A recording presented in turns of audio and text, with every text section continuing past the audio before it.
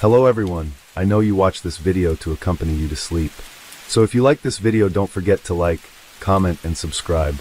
Also, don't forget to tell me where you are from and what time you watched this video. Let's jump straight into the story. Story 1. In 2016, Colombia witnessed a series of significant criminal events that shook the nation.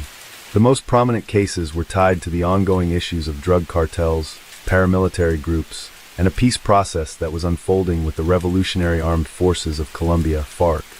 The country was grappling with the aftermath of decades-long violence fueled by narco-trafficking and political unrest. Among the most notable criminal events in 2016 was the murder of key figures in the conflict, which served as both a symptom and a reflection of the broader societal and criminal challenges Colombia faced. One such case involved the murder of a prominent social leader who was heavily involved in the peace process.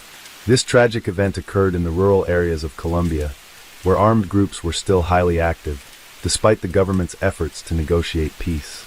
The leader, whose name was well known in his community, had been advocating for better living conditions and security for farmers who were often caught in the crossfire of drug-related violence.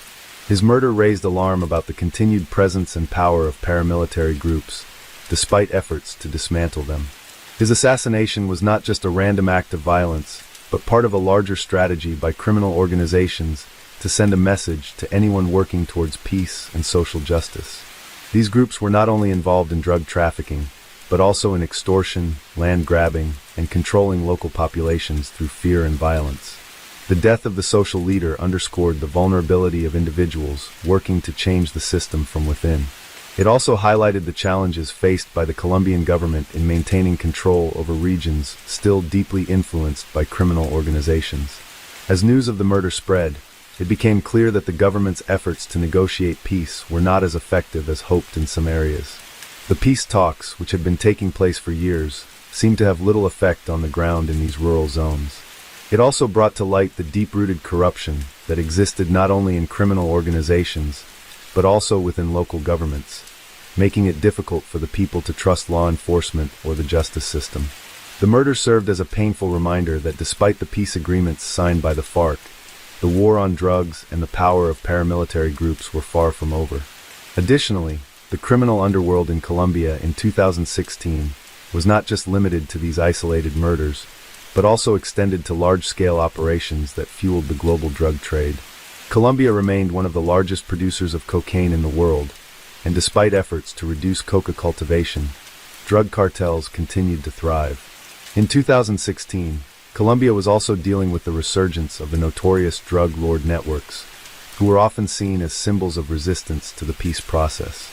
Even as the government and FARC negotiated peace in Havana, the battle against narco-traffickers raged on in the streets and jungles of Colombia. New criminal groups, often former members of the FARC, took advantage of the vacuum left by the official disarmament of the guerrilla group. These groups, with names like the National Liberation Army, ELN, and the Gulf Clan, were ruthless and well-organized. They fought for control of the lucrative drug routes that passed through Colombia to the United States and Europe. These criminal organizations caused massive violence and instability, which further complicated the country's path to lasting peace. By 2016, drug-related violence had surged once more in certain parts of Colombia, particularly in areas that were once controlled by the FARC. Cartels and other criminal organizations sought to fill the void left by the group's disarmament. This power struggle often led to vicious confrontations between different criminal factions, resulting in more deaths and displacement of civilians. These groups had no interest in peace, but only in maintaining and expanding their control over drug trafficking routes. Another incident in 2016 that reflected the ongoing drug violence was a series of bombings in key cities. These bombings, often attributed to guerrilla factions or remnants of paramilitary groups, targeted government infrastructure and the military. The bombings were intended to show the government's inability to maintain control and were seen as attempts to sabotage the peace process. These acts of terror were reminders that criminal organizations were still operating with significant power, and they used fear and violence to push back against efforts to bring peace and stability to Colombia. The Colombian government was under intense pressure both domestically and internationally to address the growing criminal threat. President Juan Manuel Santos, who had won the Nobel Peace Prize in 2016 for his efforts to negotiate a peace deal with the FARC, faced criticism for the ongoing violence. While the peace deal had been a monumental step forward, many questioned whether the country was truly ready to move past its history of violence. These criminal activities in 2016 revealed that the shadows of Colombia's violent past still loomed large over its future. The situation in Colombia in 2016 was complex, with political, social, and criminal elements all contributing to a fragile peace. The continuing violence, the return of powerful drug cartels, and the emergence of new criminal groups showed that the country had a long way to go before it could fully stabilize. The criminal events of that year were not isolated incidents, but part of an ongoing struggle that had shaped Colombia for decades. As the country moved forward with the peace process, the criminal landscape remained a powerful force, and the challenges faced by the government were far from over. The murder of social leaders, the resurgence of drug cartels, and the persistence of violence in rural areas were all stark reminders of the deep-seated criminal issues that Colombia had yet to fully address. While hope for peace remained strong, the reality on the ground was much darker, and the fight against criminal organizations would continue to be a defining issue for Colombia in the years to come. The events of 2016 were just one chapter in Colombia's long and turbulent journey towards peace and stability. In addition to the violence linked to drug cartels and guerrilla factions, the year 2016 also witnessed alarming rates of violence against human rights defenders and activists. As the government sought to implement the peace deal with the FARC, many individuals working to promote peace, defend land rights, or expose corruption faced dangerous retaliation from criminal organizations. Among them were environmental activists, community leaders, and individuals who sought to protect vulnerable populations caught in the crossfire of the country's ongoing violence. One of the most disturbing trends of 2016 was the rise in attacks on land defenders. These individuals, often indigenous or Afro-Colombian, fought against the displacement of their communities due to illegal mining, illegal logging, and the expansion of illicit drug production. These activists were frequently caught in the conflict between criminal groups and government forces. The case of Berta Cáceres, a renowned environmental leader from Honduras who was assassinated in March 2016, resonated deeply across Latin America, including Colombia.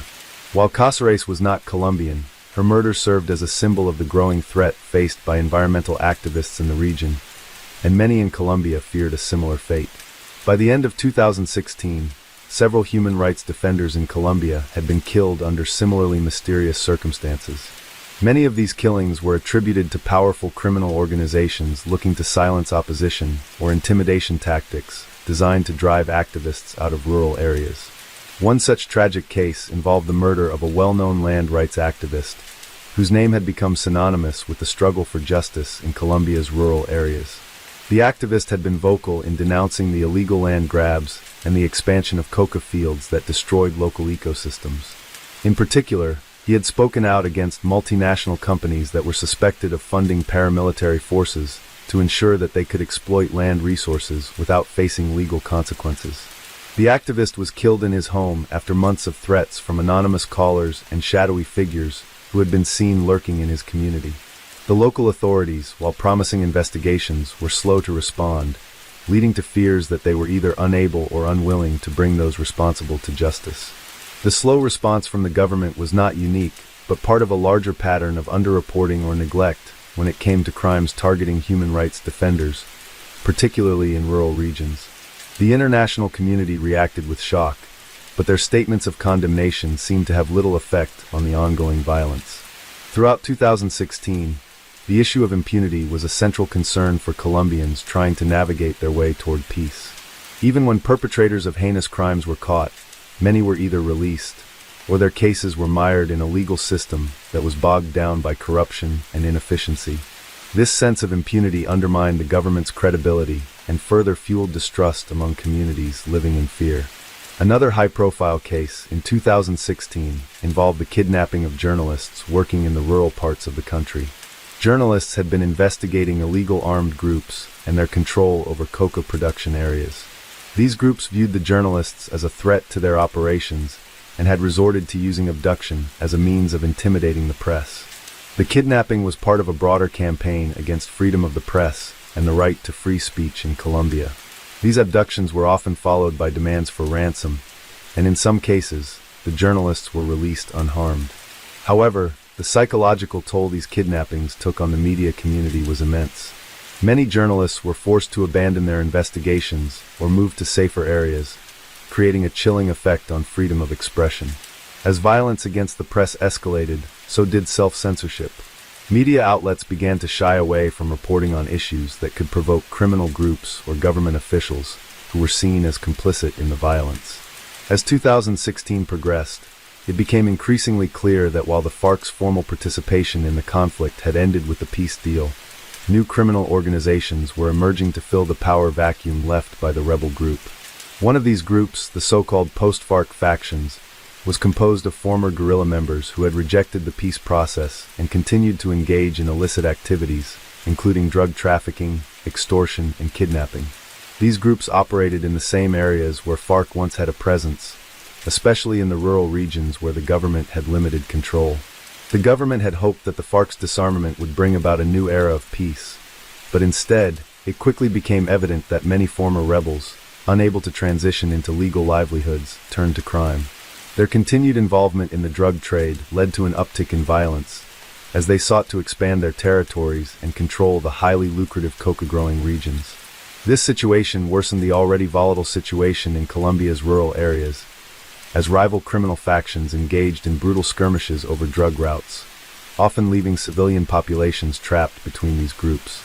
Among the most feared of these new factions was the so-called Clan del Golfo, also known as the Gulf Clan. This powerful group, which originated as a paramilitary faction, had evolved into one of the most influential criminal organizations in Colombia by 2016. They were involved in a wide range of illegal activities, including drug trafficking, extortion, and organized crime. With their base in northern Colombia, the Gulf Clan controlled many of the smuggling routes used to transport cocaine to North America and Europe. Their dominance in the region meant that they often clashed with other criminal organizations, as well as law enforcement, leaving a trail of destruction in their wake. The Gulf Clan's activities in 2016 escalated significantly, particularly in the area of Antioquia, where they maintained a stronghold. The group's tactics were ruthless. They were known for their violent enforcement methods, including bombings, kidnappings, and the killing of anyone who stood in their way.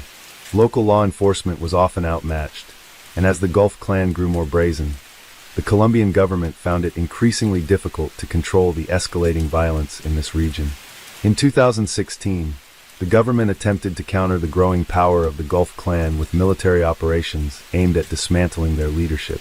However, these operations often led to civilian casualties, exacerbating the already fragile security situation in rural Colombia.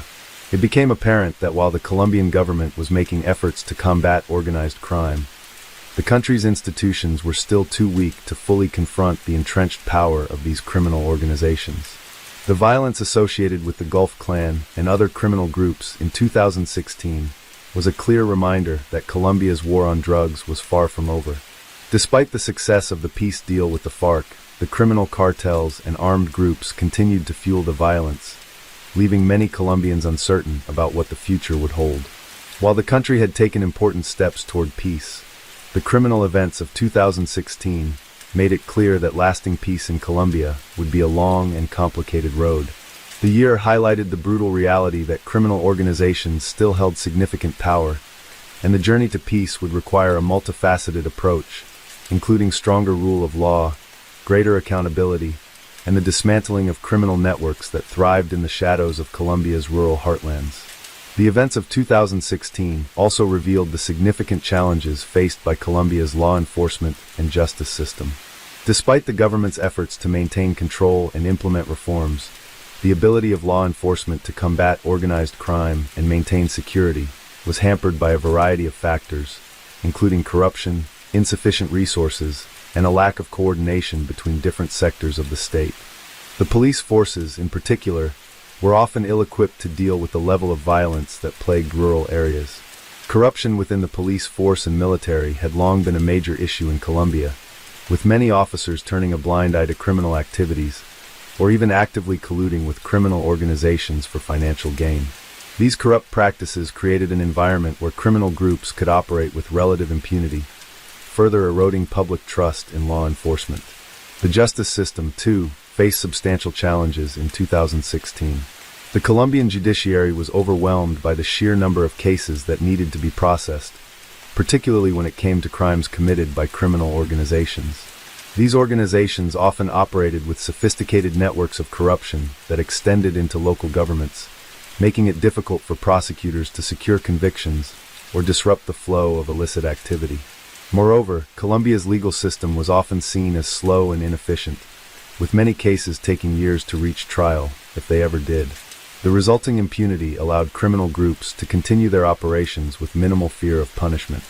In response to the growing criminal activity, the Colombian government began to strengthen its counter-narcotics operations in 2016, ramping up efforts to eradicate coca plants and destroy cocaine production labs. However, these efforts faced considerable resistance from rural farmers, who depended on coca cultivation as their primary source of income. Despite the government's promises to provide alternative livelihoods, many farmers felt that the alternatives offered by the state were insufficient and that the military and police efforts to eradicate coca fields were often heavy-handed. The eradication programs led to violent confrontations between farmers and law enforcement, often resulting in casualties on both sides. One of the most contentious aspects of the war on drugs in Colombia was the aerial spraying of glyphosate, a herbicide used to destroy coca crops. The Colombian government had been using aerial fumigation as part of its anti-drug strategy for many years, but in 2016, the program faced growing criticism due to its potential environmental and health impacts. Human rights organizations and local communities, especially in areas where coca crops were most concentrated, argued that the herbicide caused harm to local ecosystems and posed serious health risks to nearby populations. Some activists also claimed that the spraying disproportionately affected small-scale farmers who had no involvement in drug trafficking, while larger criminal organizations found ways to avoid the fumigation efforts. The debate over aerial fumigation highlighted the challenges of addressing the root causes of drug production in Colombia. The government's strategy of eradicating coca plants through spraying had proven to be a temporary solution, as the cartels quickly adapted by moving their operations to different regions or creating more covert methods of production. Additionally, the lack of alternative economic opportunities for farmers meant that many were simply unable to abandon coca cultivation, regardless of government efforts. This continued the cycle of poverty, violence, and crime that made Colombia one of the world's largest producers of cocaine. One of the most significant events in 2016 was the signing of the historic peace agreement between the Colombian government and the FARC. After years of negotiations, the peace deal promised to bring an end to more than 5 decades of armed conflict between the government and the rebel group. The peace agreement included provisions for the disarmament of FARC fighters, the reintegration of former combatants into society, and the establishment of rural development programs aimed at addressing the underlying causes of conflict, such as inequality and land disputes. However, while the peace deal was celebrated by many, it was also met with skepticism and opposition. The deal faced strong resistance from sectors of Colombian society, including right-wing political groups and former paramilitary factions, who argued that the FARC should be held accountable for their crimes, particularly the kidnappings, murders, and other violent acts committed during the conflict. The 2016 peace deal had come after years of failed attempts, and there was a widespread fear that the deal would not hold and that the country would fall back into violent conflict. One of the most vocal critics of the peace deal was former President Álvaro Uribe, whose right-wing party, Centro Democrático, opposed the agreement and led a campaign to reject it. In a controversial referendum held in October 2016, voters were asked to approve or reject the peace deal. The result was a narrow rejection, with 50.2% of voters saying no to the deal and 49.8% voting in favor. This unexpected outcome sent shockwaves through the country, as many had expected the deal to pass. The rejection of the peace deal sparked renewed uncertainty about Colombia's future, as both the government and the FARC were forced to return to the negotiating table. Despite the setback, the government and the FARC were able to renegotiate aspects of the peace agreement, and in November 2016, a revised version was signed. This version addressed some of the concerns raised by critics, particularly regarding accountability for war crimes and the political reintegration of former fighters. The revised peace deal was subsequently approved by Colombia's Congress, and the FARC officially transformed into a political party. This marked a pivotal moment in Colombia's history, as the country took a significant step toward ending one of the longest-running armed conflicts in the world. Even with the peace agreement in place, Colombia's criminal landscape remained complex and volatile. The emergence of new criminal organizations such as the Gulf Clan, along with the ongoing challenges of drug trafficking and rural violence, showed that peace would not come easily. While the peace deal with the FARC was a monumental achievement, it was only one piece of a much larger puzzle. The country's war on drugs and the long-standing issue of paramilitarism were far from resolved, and the situation in Colombia in 2016 highlighted the deep-rooted structural issues that would need to be addressed for peace to truly take hold. The year 2016 served as a stark reminder that Colombia's journey toward peace and stability was far from over. While the government took important steps toward a lasting peace deal with the FARC, it was clear that much work remained to be done in addressing the criminal networks, political corruption, and social inequality that continued to plague the country. As Colombia moved forward, the lessons of 2016 would shape its path toward reconciliation, justice, and the hope of a more peaceful future for its citizens. Let's jump to next story. Story 2. In 2016, Colombia was still grappling with the lingering consequences of decades of violence and drug trafficking. Despite a historic peace agreement with the Revolutionary Armed Forces of Colombia, FARC, that year, criminal activity, particularly related to drug cartels and paramilitary groups, continued to plague the nation. The ongoing battle with narco-traffickers, human rights violations, and the murder of activists were some of the critical issues that shaped Colombia's criminal landscape in 2016. One of the most shocking criminal cases that year involved the murder of prominent social leaders and activists. In rural areas where criminal groups were still highly active, these leaders had been working tirelessly to promote peace, protect land rights, and fight for better living conditions for the marginalized communities. One such case was the murder of a well-known human rights defender in the city of Tumaco, a rural area on Colombia's Pacific coast, which was notorious for its involvement in the cocaine trade. The victim had been a vocal advocate for land reforms and peace, pushing for an end to illegal land grabbing and advocating for the rights of farmers displaced by violence and drug cultivation. The murder of this activist sparked outrage across the country, as it became clear that despite the peace deal with the FARC, many criminal groups remained in power, especially in rural regions. These groups had no interest in peace, but rather in maintaining control over lucrative drug trafficking routes. The activist's murder was an example of the ongoing intimidation faced by those advocating for change. Local farmers and leaders often found themselves trapped between the law and violent groups that controlled the area. Human rights groups condemned the murder, highlighting the dangers faced by those working in rural communities to promote peace and justice. These killings were often carried out by paramilitary groups or remnants of the FARC that had not fully embraced the peace process. The Colombian government's response to such incidents was often slow, leaving many families and communities without justice. As a result, fear and uncertainty began to grip rural Colombia, where people felt caught between the violence of criminal groups and the inability of the state to protect them. In addition to the targeted killings of activists, 2016 also saw a resurgence in drug trafficking violence, particularly in the areas that had been controlled by the FARC. While the peace deal with the FARC officially ended the group's participation in the drug trade, many former guerrilla members had either gone rogue or joined forces with other criminal organizations that sought to maintain control over the illegal coca plantations.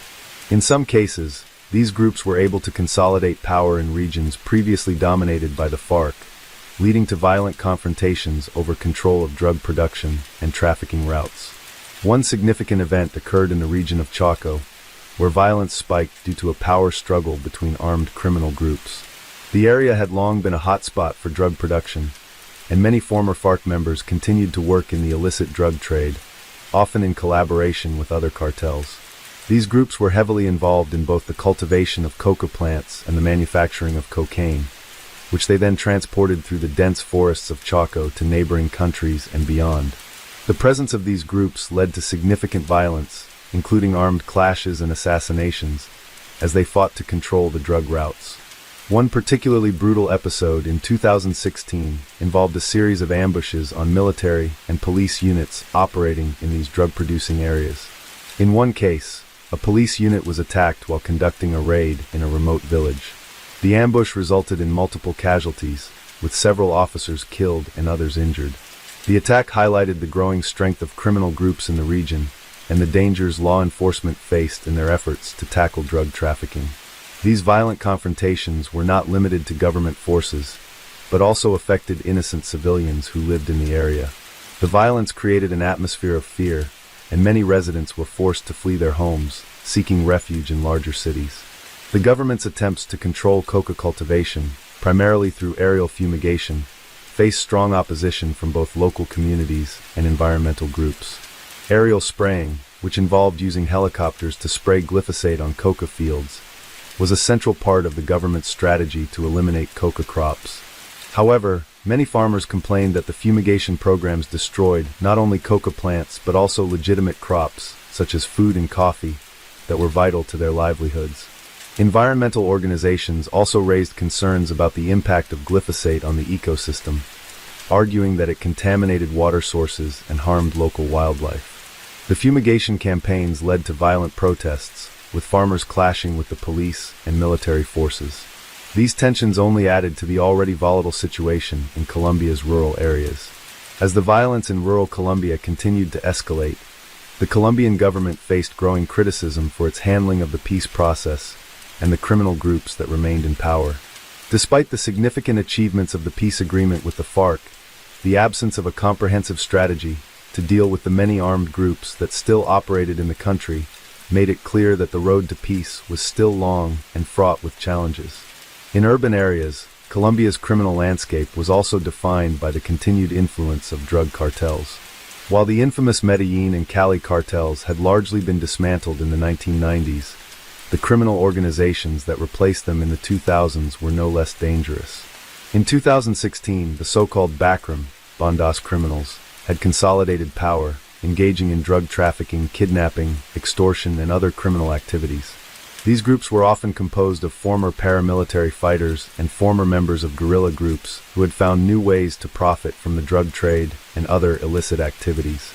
In the northern coastal regions of Colombia, the Gulf Clan, Clan del Golfo, one of the most powerful criminal groups at the time, continued to dominate drug trafficking routes.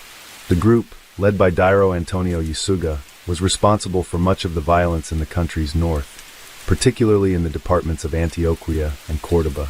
The Gulf Clan controlled key routes for cocaine production and transportation, and their violent tactics included extortion, kidnapping, and targeted killings of law enforcement officers, government officials, and civilians who were seen as threats.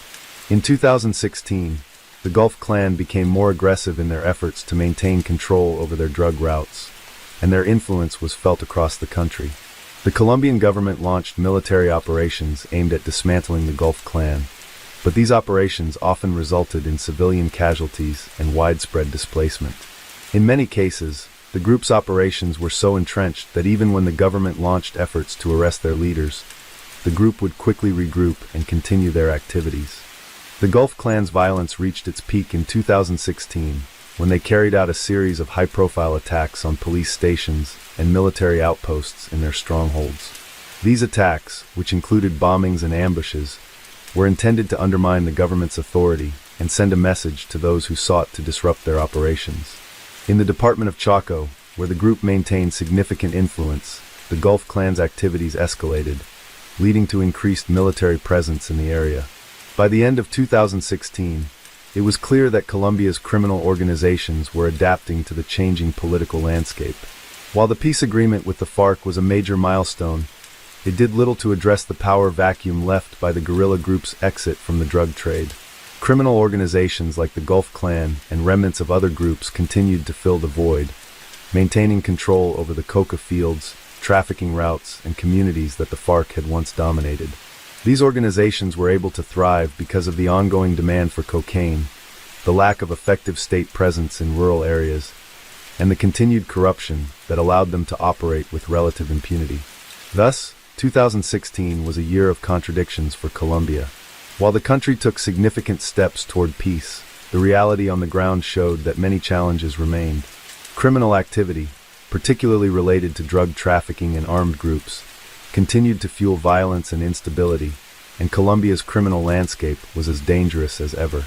The government's ability to tackle these issues was limited, and the consequences of decades of violence were still deeply felt, especially in the rural areas where criminal groups had an iron grip on power. This made it clear that Colombia's path to true peace would take much longer than anyone had hoped, and the fight against organized crime was far from over. As 2016 progressed, the criminal activities in Colombia revealed the extent of the challenges faced by both the government and local communities. The peace agreement with the FARC, while a groundbreaking achievement, was far from a panacea for the country's deep-rooted issues. In fact, it exposed the structural problems that continued to affect large swaths of the population, particularly in rural areas. Many regions that had long been under the control of guerrilla forces now found themselves occupied by new criminal organizations, leading to an even more complex and dangerous environment. One of the most concerning developments was the growth of illegal armed groups, often referred to as post-FARC groups, which included former FARC fighters who had rejected the peace deal and continued to engage in illicit activities, such as drug trafficking, kidnapping, and extortion. These groups became some of the most powerful criminal organizations in Colombia, and their operations extended across much of the country. Despite the FARC's formal disbandment, their legacy and influence persisted, leading to increased violence in many areas that had previously been under guerrilla control. The most notorious of these new factions was the Gulf Clan, Clan del Golfo, a paramilitary organization that had originally emerged in the 2000s as a group of former paramilitaries. The Gulf Clan was involved in a range of illegal activities, including drug trafficking, kidnapping, and extortion. By 2016, the group had become one of the most powerful criminal organizations in the country, controlling key routes used to transport cocaine to international markets, primarily to the United States and Europe. The Gulf Clan's vast network of operatives stretched across multiple regions, but they were particularly dominant in the northern parts of Colombia, especially in the departments of Antioquia, Chaco, and Córdoba. The Gulf Clan's ruthless tactics in maintaining control over drug trafficking routes and their dominance in key coca-growing regions led to violent clashes with other criminal organizations seeking to challenge their authority. In addition to these territorial disputes, the Gulf Clan sought to solidify its control by engaging in campaigns of violence against civilians, law enforcement, and government officials who posed a threat to their operations. They employed a range of violent methods, including assassinations, bombings, and ambushes. In many cases, the Gulf Clan used these attacks as a means to send a clear message to their rivals and anyone who dared to challenge their criminal activities. One particularly violent episode occurred in the department of Antioquia, where the Gulf Clan carried out a series of coordinated attacks on military and police outposts. These attacks were designed to weaken the government's presence in the region and to assert the clan's dominance over the area. The Colombian military responded with large-scale operations aimed at dismantling the Gulf Clan, but these operations often led to civilian casualties and forced many locals to flee their homes in search of safety. The violence in Antioquia was emblematic of the broader challenges that the Colombian government faced in dealing with the rising power of these criminal organizations. The Gulf Clan's actions in 2016 were not limited to territorial disputes. They also sought to expand their influence through extortion and kidnapping. These activities were particularly rampant in areas where the government had little presence or control. In many rural communities, the Gulf Clan imposed illegal taxes on businesses, farmers, and landowners. Failure to comply with these demands often resulted in violence, including threats, kidnappings, or even murder. These extortion practices made it nearly impossible for locals to live in peace, as criminal organizations dictated the terms of daily life, controlling not only the drug trade but also the economy. In addition to the Gulf Clan, other criminal groups operated in different parts of the country, contributing to the overall instability. The National Liberation Army, ELN, another leftist guerrilla group, continued to wage violence against the government and military, although their influence was not as strong as that of the FARC or the Gulf Clan. However, the ELN did manage to maintain a significant presence in certain regions, especially in Arauca and Chaco, where they engaged in kidnapping, extortion, and drug trafficking. Like the FARC, the ELN operated in rural areas where the government's influence was minimal, further complicating efforts to establish peace and security in these regions. As the year went on, the Colombian government struggled to balance its focus on negotiating peace with the FARC and confronting the growing threat of these criminal organizations. President Juan Manuel Santos, who had worked tirelessly to reach a peace deal with the FARC, now faced the challenge of implementing the terms of the agreement while simultaneously trying to deal with the increasing violence perpetrated by the Gulf Clan and other groups. In response, the government began increasing its military presence in the most affected regions, but the effectiveness of these operations was often limited by the vast geographical terrain and the deeply entrenched power of these criminal factions. The situation in 2016 illustrated the enduring power of the drug trade in shaping Colombia's criminal landscape. Despite the peace agreement with the FARC, the demand for cocaine and other illicit substances continued to fuel violence and corruption. In response to these challenges, the Colombian government intensified its efforts to eradicate coca cultivation in 2016. The government's primary strategy for dealing with coca crops was aerial fumigation, where herbicides like glyphosate were sprayed on coca fields in order to destroy the plants. This method was controversial due to its environmental and health impacts. Local farmers and environmental groups strongly opposed aerial fumigation, arguing that it not only harmed the environment but also affected legitimate crops like food and coffee, leading to significant economic losses for farmers who were already living in poverty. The government, however, defended the fumigation campaign, arguing that it was a necessary measure to curb the growth of coca crops and to limit the production of cocaine. The use of glyphosate had been a central part of Colombia's anti-drug strategy for years, but its widespread use in 2016 led to protests and legal challenges. Communities in rural areas where coca cultivation was most prevalent often found themselves caught in the middle of the conflict between the state's eradication efforts and the presence of armed criminal groups that profited from the illicit drug trade. Many farmers, unable to make a living through legal means, continued to grow coca as their only source of income, exacerbating the cycle of violence and poverty in rural Colombia. One of the most significant events in 2016 was the signing of the peace agreement between the Colombian government and the FARC in November 2016. This deal, which had taken 4 years of negotiations to finalize, was hailed as a historic step in ending over 5 decades of conflict between the government and the insurgent group. The peace agreement included provisions for the disarmament of FARC fighters, their reintegration into civilian life, and measures to address the underlying causes of conflict, such as land distribution and political participation. However, while the peace deal was seen as a triumph, its implementation was still a work in progress. The agreement faced opposition from various sectors of society, particularly those who believed that the FARC should be held accountable for their crimes, especially regarding the kidnappings, murders, and displacements caused by their activities during the conflict. A referendum held in October 2016 to ratify the agreement failed by a narrow margin, but the government was able to renegotiate aspects of the deal, particularly concerning justice and reparations for victims. By the end of the year, the peace agreement had been resubmitted and ratified by the Colombian Congress in November. Despite these advancements, 2016 made it clear that the peace agreement alone would not end all criminal activity in Colombia. While the FARC's disarmament marked a positive step toward reducing guerrilla violence, the rise of criminal organizations, like the Gulf Clan and other drug cartels, indicated that much work remained. These groups, operating in the shadow of the FARC's exit, continued to wreak havoc on rural populations, making 2016 another year of challenges and contradictions for Colombia in its struggle toward long-lasting peace. As 2016 came to a close, it became evident that Colombia was at a crossroads, balancing between the hope brought by the peace agreement with the FARC and the harsh reality of the enduring power of criminal organizations that continued to rule over large parts of the country. While the government's efforts to bring stability and security to Colombia's rural regions gained momentum, the complexity of dismantling a network of criminal organizations deeply embedded in the drug trade and other illicit activities made it clear that the country's struggles were far from over. The year 2016 also underscored the difficulties faced by the Colombian government in its attempt to maintain order amidst a shifting landscape of power.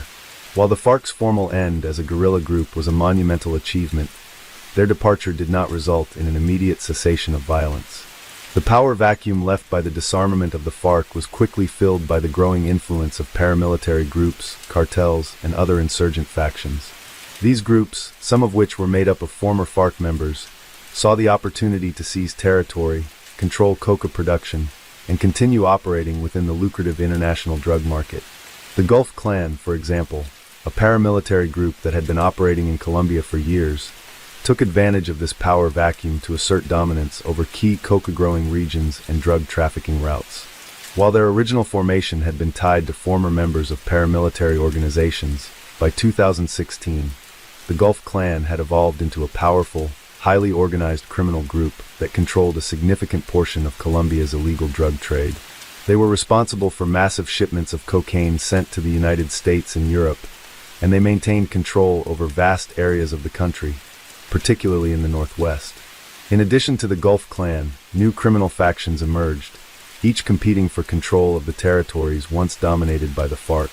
These new groups engaged in battles with law enforcement and rival factions, leading to a fresh wave of violence across Colombia. The government's response, led by the Colombian military and national police, was focused on eradicating these criminal organizations, but their efforts were often hampered by a lack of resources, corruption within local police forces, and the challenge of operating in Colombia's rugged terrain.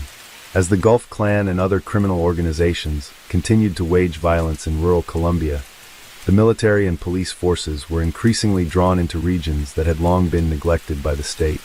These remote and isolated areas had been battlegrounds for decades, with guerrilla groups and paramilitary forces often operating with near impunity. Although the Colombian government made strides in increasing its presence in these regions, the sheer scale of criminal activity and the limited resources available to law enforcement made it difficult to maintain long-term control. The persistent nature of the violence meant that many communities were forced to live in a state of constant fear, with little hope of relief. Another major challenge faced by the government was the displacement of civilians due to the ongoing conflict between criminal groups. Even though the peace deal with the FARC was intended to bring about the reintegration of former combatants into civilian life, the violent competition among other factions made it clear that many rural communities remained vulnerable to the consequences of Colombia's drug trade.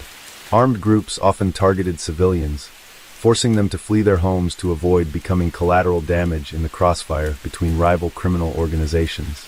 Internally displaced persons, IDPs, became a significant issue, with thousands of people being forced to leave their homes and seek refuge in urban centers, where they struggled to find adequate housing, healthcare, and employment.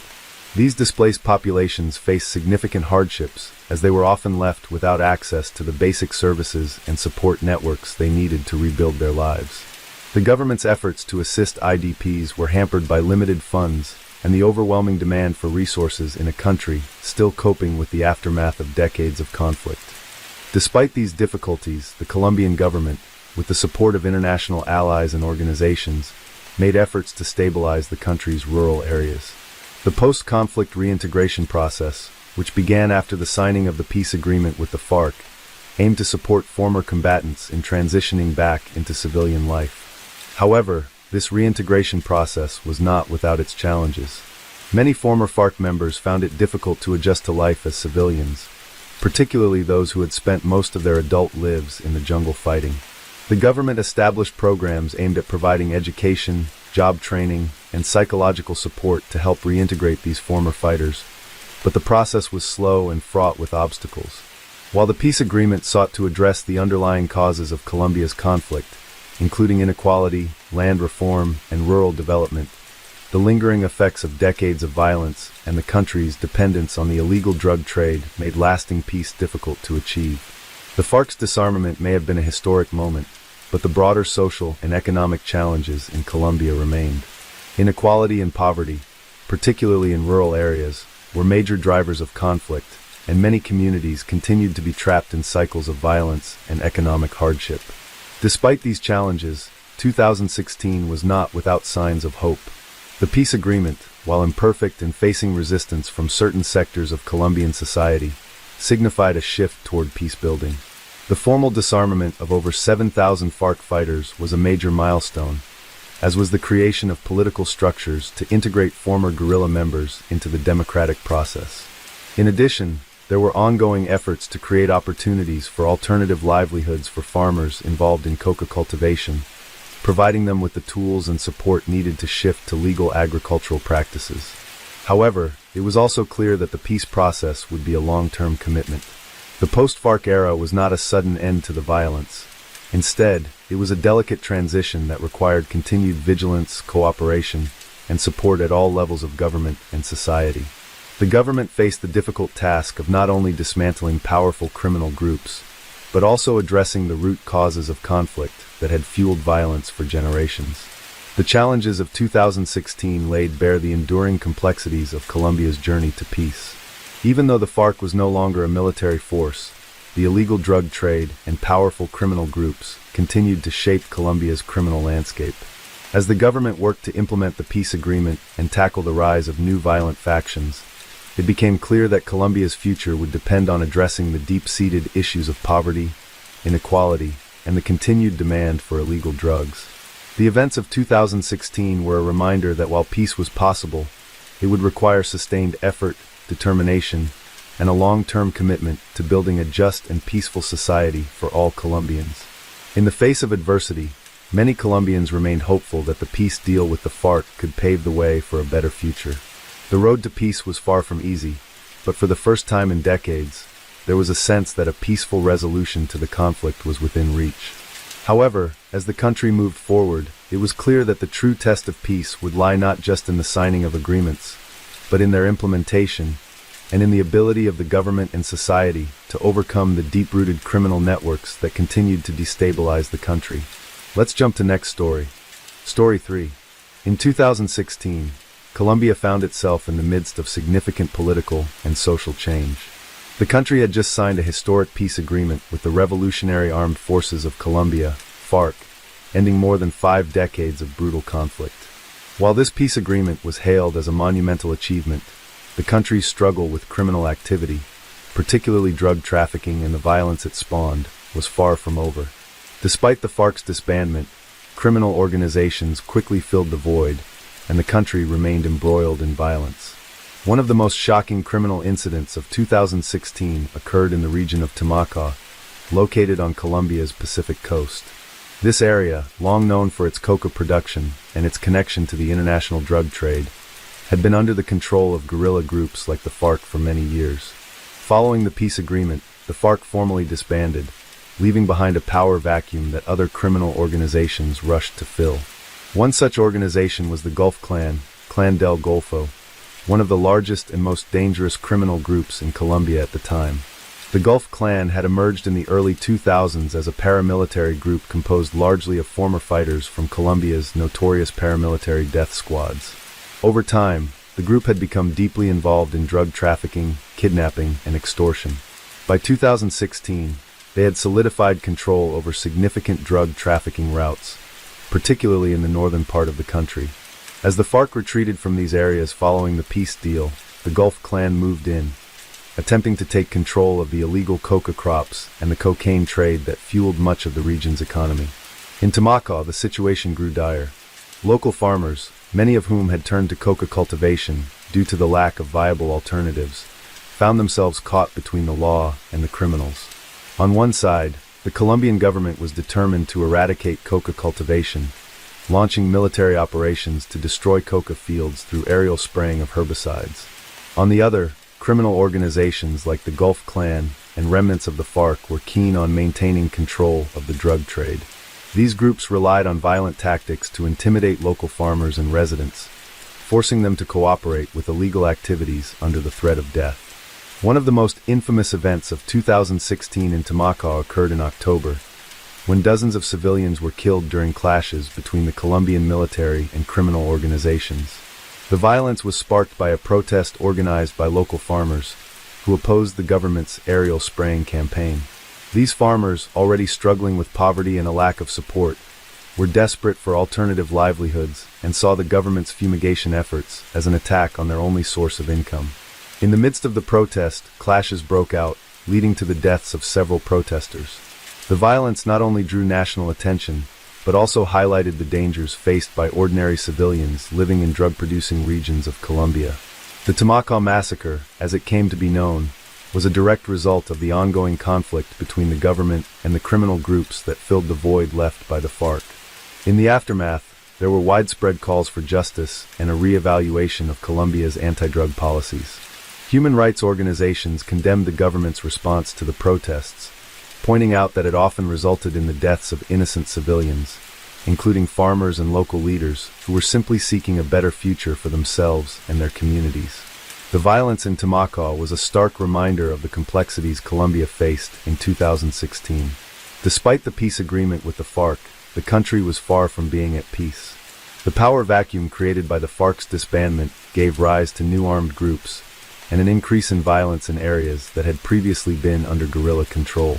These new criminal organizations sought to capitalize on Colombia's illicit drug economy and were willing to use any means necessary to maintain control.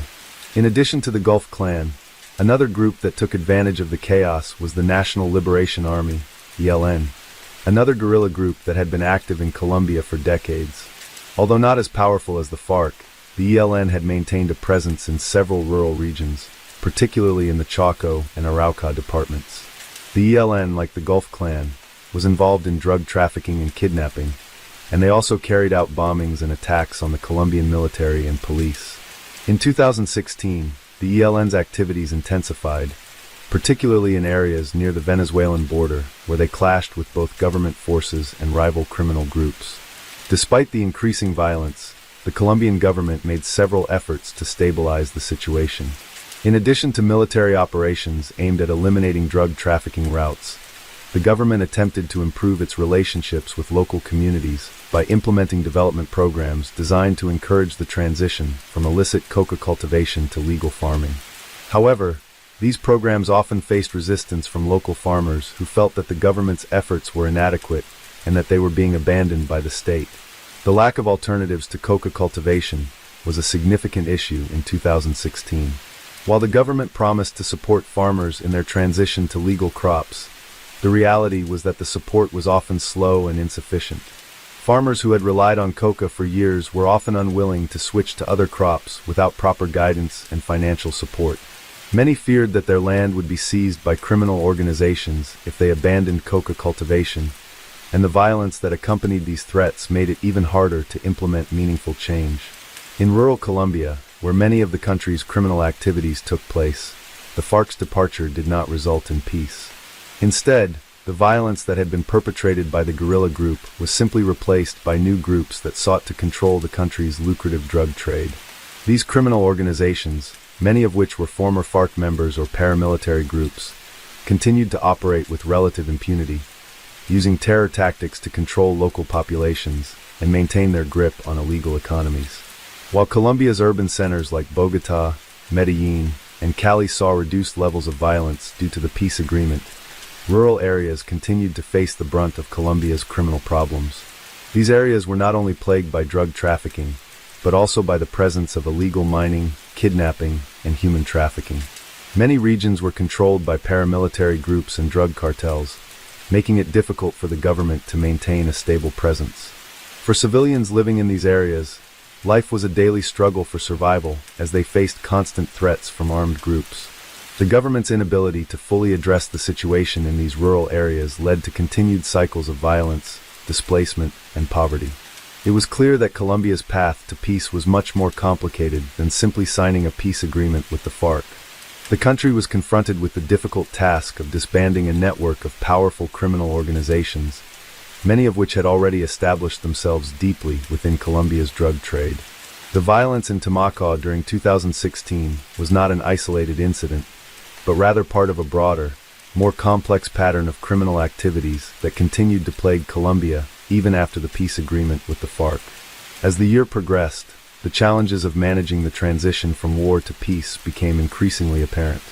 While the FARC's formal disbandment represented a major shift in Colombia's internal conflict, it created a power vacuum in many areas that had previously been under guerrilla control.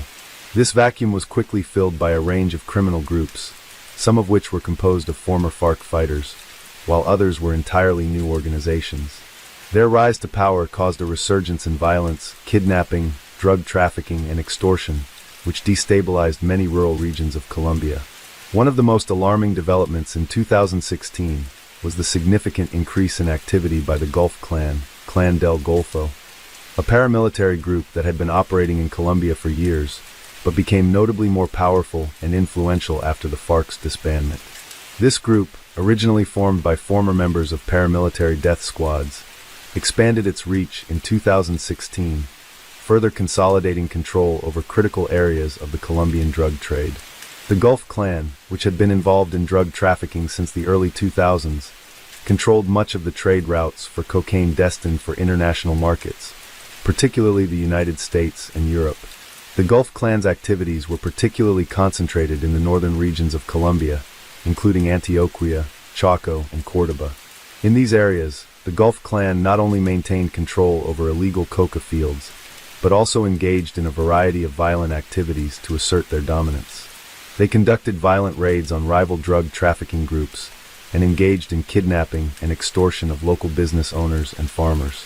The group used intimidation tactics to control entire communities, forcing local populations to either cooperate with their illicit activities or face violent reprisals.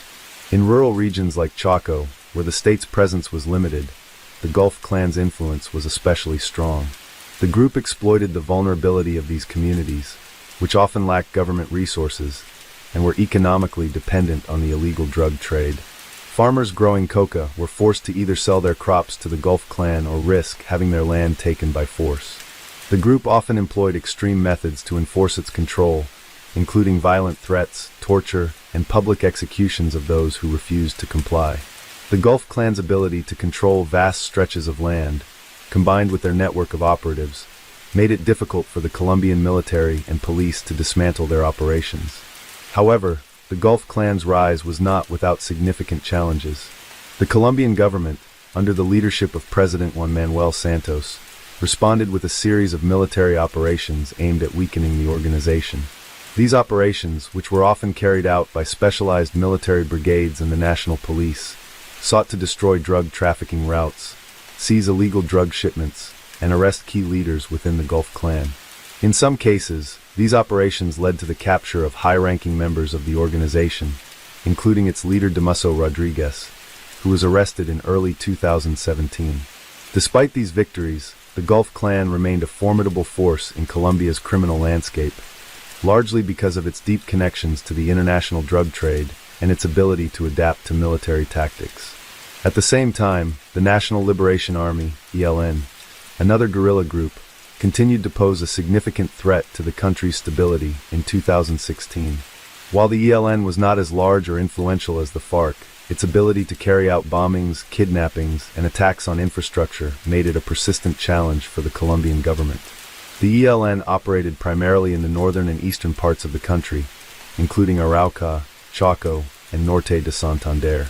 These areas were already heavily affected by drug trafficking, and the ELN sought to control key coca-growing regions, as well as areas along the borders with Venezuela. The group's activities were often focused on disrupting the Colombian state's ability to maintain control over these territories and extorting money from local populations. Despite the escalating violence from groups like the Gulf Clan and the ELN, the Colombian government continued to push forward with its peace agenda. In 2016, the Santos administration made significant strides in negotiations with the ELN, even though the talks were plagued by delays and difficulties.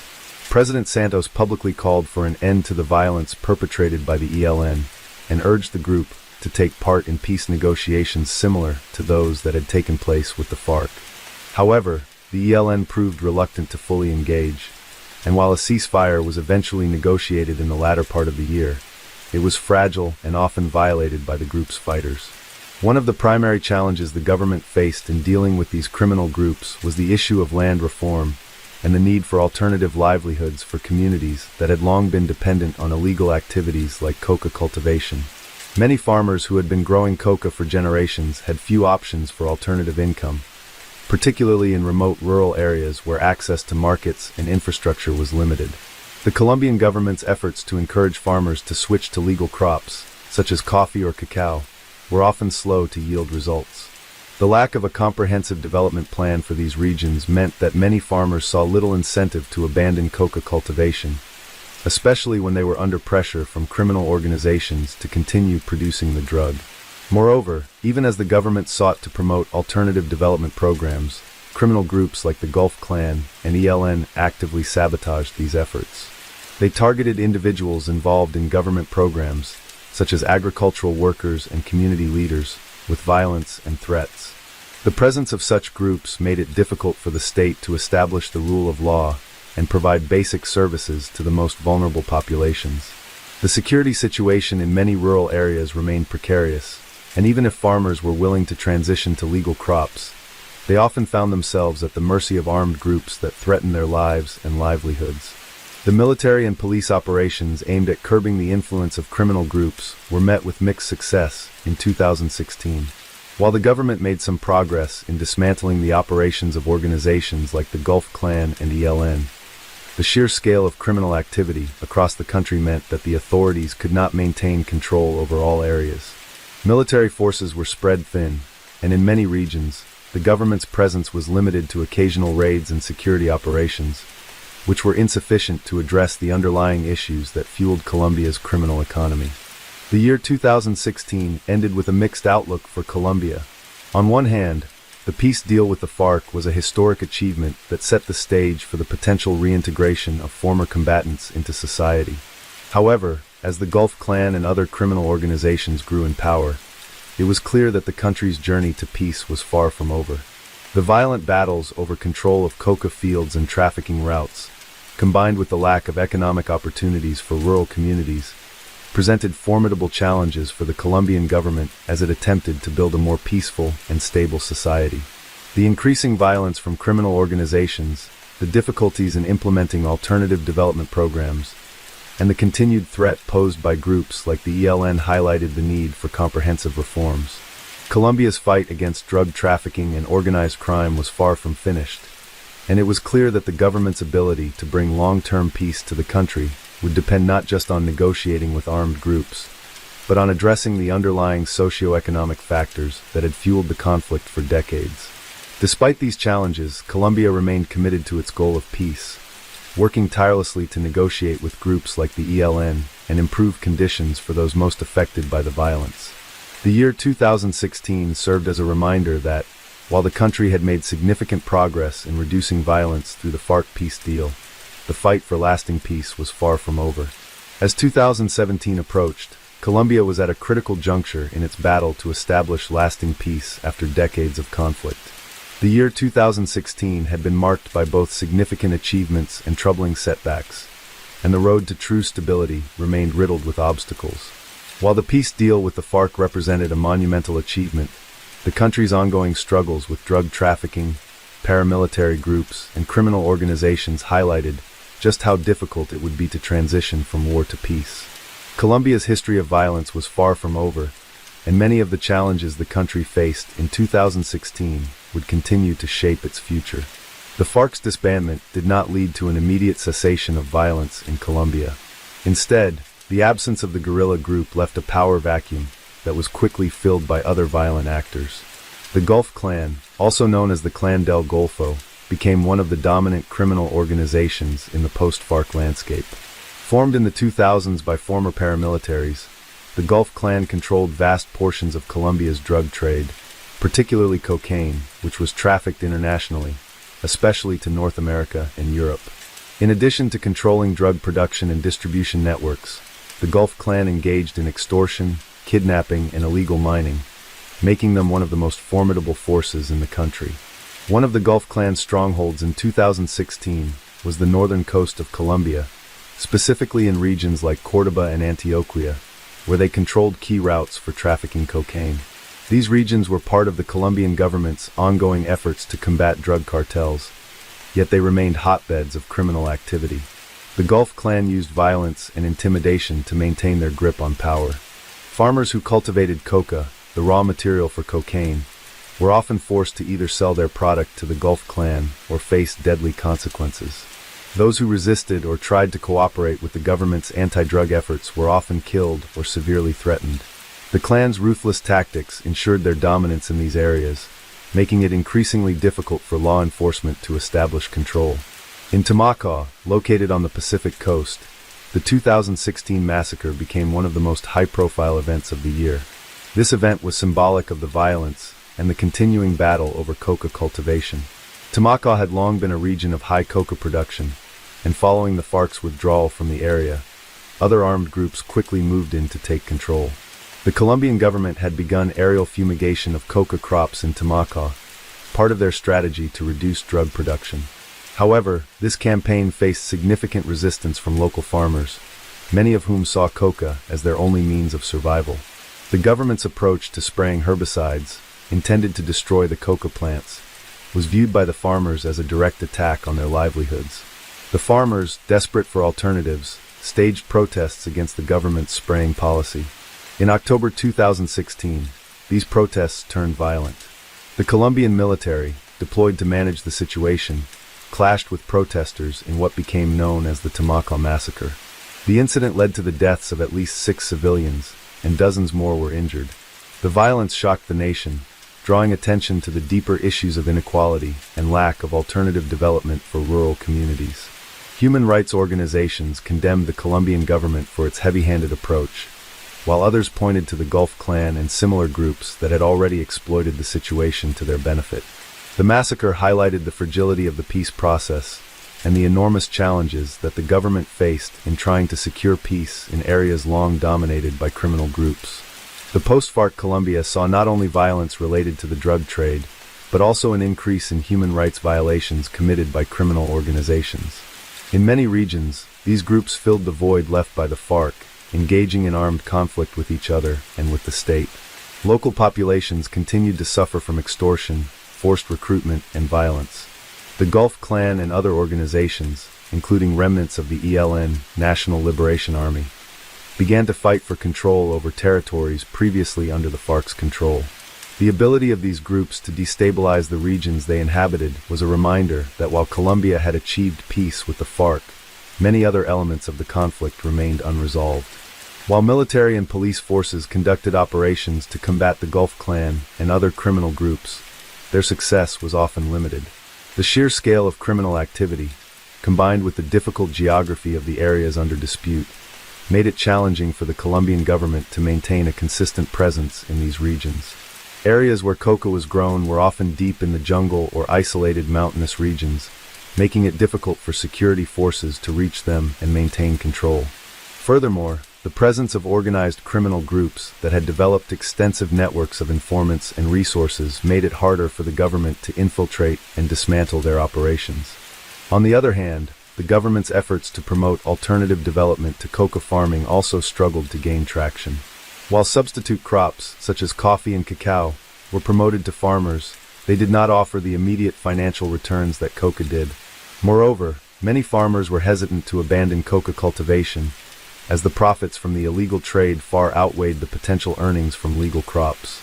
The challenge of persuading these communities to shift away from coca cultivation, combined with the threat posed by criminal groups, made the transition even more difficult. The peace agreement with the FARC, while groundbreaking, failed to address many of the structural issues that had fueled the conflict for decades. Colombia's rural areas continued to suffer from poverty, underdevelopment, and inequality, which created fertile ground for criminal organizations to exploit. These issues had existed long before the FARC began its insurgency, and without a broader plan to address them, the cycle of violence seemed likely to continue. Additionally, demobilization and reintegration programs for former FARC combatants faced significant hurdles. Thousands of former guerrilla fighters were required to reintegrate into civilian life, which proved to be an enormous challenge. Many former fighters found it difficult to adapt to civilian life, particularly in rural areas where there were limited opportunities for education, employment, and social reintegration. While the Colombian government launched programs designed to help these individuals, the slow pace of reintegration and the persistent threat of armed groups in many regions meant that many former FARC members still face serious challenges. Despite these difficulties, there were signs of progress as well. The Colombian government continued negotiations with the National Liberation Army, ELN, another guerrilla group that had been active in the country for decades. Talks between the ELN and the government showed promise, and there was cautious optimism that the country could make progress toward a comprehensive peace with all armed groups. However, These negotiations also highlighted the complexity of the situation in Colombia. While the FARC had been a significant and powerful group, the ELN and other smaller factions still posed serious threats to the country's security and stability. The year 2016 ended on a mixed note. Colombia had made a historic move by signing a peace agreement with the FARC, but the country still faced significant challenges in eradicating drug cartels, paramilitary groups, and other criminal organizations. The Gulf Clan, the ELN, and other factions continued to fight for control over lucrative regions, undermining the country's stability. In rural areas, the conflict persisted in different forms, with many civilians caught in the crossfire. Ultimately, Colombia's path to peace remained a difficult one. While the 2016 peace agreement with the FARC represented a significant step forward, the lessons learned from the year showed that the journey toward lasting peace would require addressing the root causes of violence, inequality, and criminal activity. The success of the peace process would depend not only on continued negotiations with armed groups, but also on creating economic opportunities, improving infrastructure, and ensuring that the most vulnerable populations were not left behind. For Colombia, 2016 served as a stark reminder of the enduring challenges the country faced, but also of the possibility that peace, though elusive, was still achievable. Let's jump to next story. Story 4.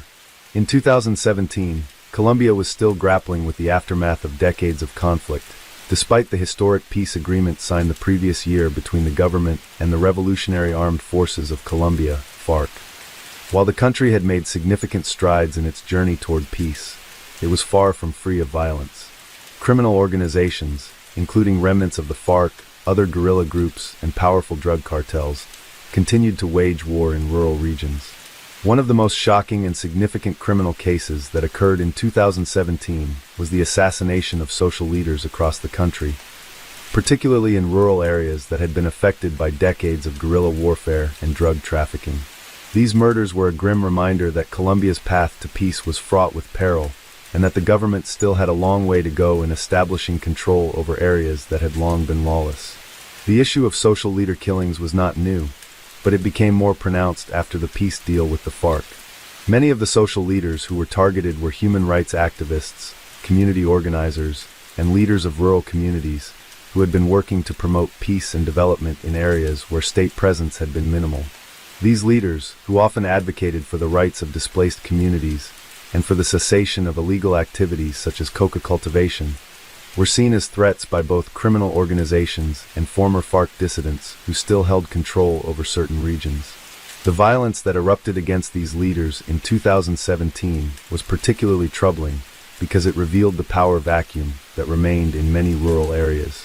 The FARC's withdrawal from these areas left behind a significant gap in control, which was swiftly filled by other illegal groups, including paramilitaries and remnants of the FARC itself. These groups were determined to maintain control over the lucrative illegal drug trade and other illicit activities, such as illegal mining and extortion. The social leaders who had stepped in to fill the void and promote peace became the new targets in this volatile environment. One of the most notable cases in 2017 was the assassination of Berta Cáceres, a well-known environmental activist and leader of the indigenous Lenca people in Honduras, whose murder had a significant impact on Colombia as well. While her assassination took place in Honduras, it symbolized the violence that social leaders in Latin America, including Colombia, were facing. Many of the leaders who were targeted in Colombia were similarly working to protect their communities from the harm caused by criminal organizations and illegal industries such as logging, mining, and coca cultivation. These leaders had become a symbol of resistance, which only made them more vulnerable to attack by those who stood to lose from their advocacy for social justice and environmental protection. Throughout 2017, hundreds of social leaders were killed across Colombia. The violence reached such extreme levels that the Colombian government was forced to address the issue. Despite the national outcry, the killings continued, and it became clear that the state was struggling to protect these vulnerable individuals. In many instances, the government's military presence was either insufficient or unable to provide the necessary protection for social leaders. In regions where illegal groups, including the National Liberation Army, ELN, and the Gulf Clan, continued to operate with impunity, social leaders were left to fend for themselves. Many of them were killed in ambushes or shot dead in broad daylight, often in front of their families or communities. The rising violence against social leaders was particularly evident in rural regions, where coca production remained one of the most lucrative illegal activities. These regions, often under the control of criminal organizations, were hotbeds of conflict, and the social leaders who lived there were frequently caught in the crossfire between the state and armed groups. Many of these leaders had worked to establish peace and encourage communities to abandon coca cultivation in exchange for government-backed development projects. However, their efforts were thwarted by criminal organizations that saw them as a threat to their control over drug production and trafficking routes. The Gulf Clan, also known as Clan del Golfo, was one of the largest criminal organizations operating in Colombia in 2017. The group had roots in the paramilitary groups that once fought against guerrilla forces in Colombia. By 2017, the Gulf Clan had evolved into a powerful criminal network that controlled a significant portion of the cocaine trade in the country. The Gulf Clan operated in many of the same rural regions where social leaders were being murdered. Their hold over these areas was fueled by their involvement in the drug trade, and they were notorious for using extreme violence to maintain their dominance. In addition to the Gulf Clan, ELN fighters remained active in several regions of Colombia, particularly in areas along the border with Venezuela. The ELN, the second largest guerrilla group in Colombia, had long been involved in kidnappings, extortion, and attacks on infrastructure. In 2017, the group's attacks on oil pipelines and military installations continued to escalate, causing further instability in regions where social leaders were attempting to foster peace. The ELN also took part in controlling coca cultivation in some of Colombia's most volatile regions. Their participation in the illegal drug trade made them a direct threat to those advocating for alternative livelihoods. The Colombian government, led by President Juan Manuel Santos, made efforts to address the violence, but these efforts were often met with criticism. Despite signing a peace agreement with the FARC, Colombia continued to face challenges related to criminal organizations and their control over large swaths of the country. The security forces, which had been focused on dismantling the FARC, were now tasked with countering new groups, but they often struggled to deal with the level of violence in rural areas. The government attempted to implement development programs aimed at providing alternative crops to coca farmers, but these programs were slow to show results. Moreover, they did not offer immediate security for the communities most affected by violence. The international community began to take notice of the worsening situation in Colombia. Human rights organizations, including Amnesty International and Human Rights Watch, condemned the Colombian government for its inability to protect social leaders and urged the state to take stronger action against the growing violence. The government's failure to address the root causes of violence, such as inequality and lack of state presence in rural areas, was seen as a significant hindrance to the country's peace process. At the same time, the lack of significant progress on land reform and rural development meant that the economic conditions that had fueled the conflict for decades persisted. In early 2017, the United Nations and the European Union also expressed concern over the murders of social leaders and the broader issue of criminal violence in Colombia. They called for the government to take stronger measures to protect human rights defenders and to ensure that criminal groups were held accountable for their actions. The UN Office for the High Commissioner for Human Rights in Colombia reported a significant rise in the number of killings of human rights defenders, particularly in the months following the peace agreement with the FARC. These killings were seen as part of a broader pattern of violence that sought to undermine the fragile peace process. Despite these external pressures, the Colombian government was caught in a difficult situation. On one hand, it needed to address the violence and criminal activities that were preventing the consolidation of peace. On the other hand, it had to deal with the complexities of the country's drug trade and the influence of criminal organizations. The government faced a difficult balancing act, trying to contain the violence while also pushing forward with the implementation of peace and development programs in areas most affected by the conflict. As the year progressed, Colombia's security situation remained precarious. The violence against social leaders was not just a reflection of the power struggles between criminal groups, but also a broader reflection of the struggle for control over Colombia's rural territories. These areas, where the state had limited influence, were often seen as the final frontier in the country's long-standing war on drugs and organized crime. The events of 2017 highlighted the challenges that Colombia would continue to face in the years ahead. While the peace agreement with the FARC represented a critical step toward ending decades of violence, it also revealed the deep-seated issues that still plagued the country.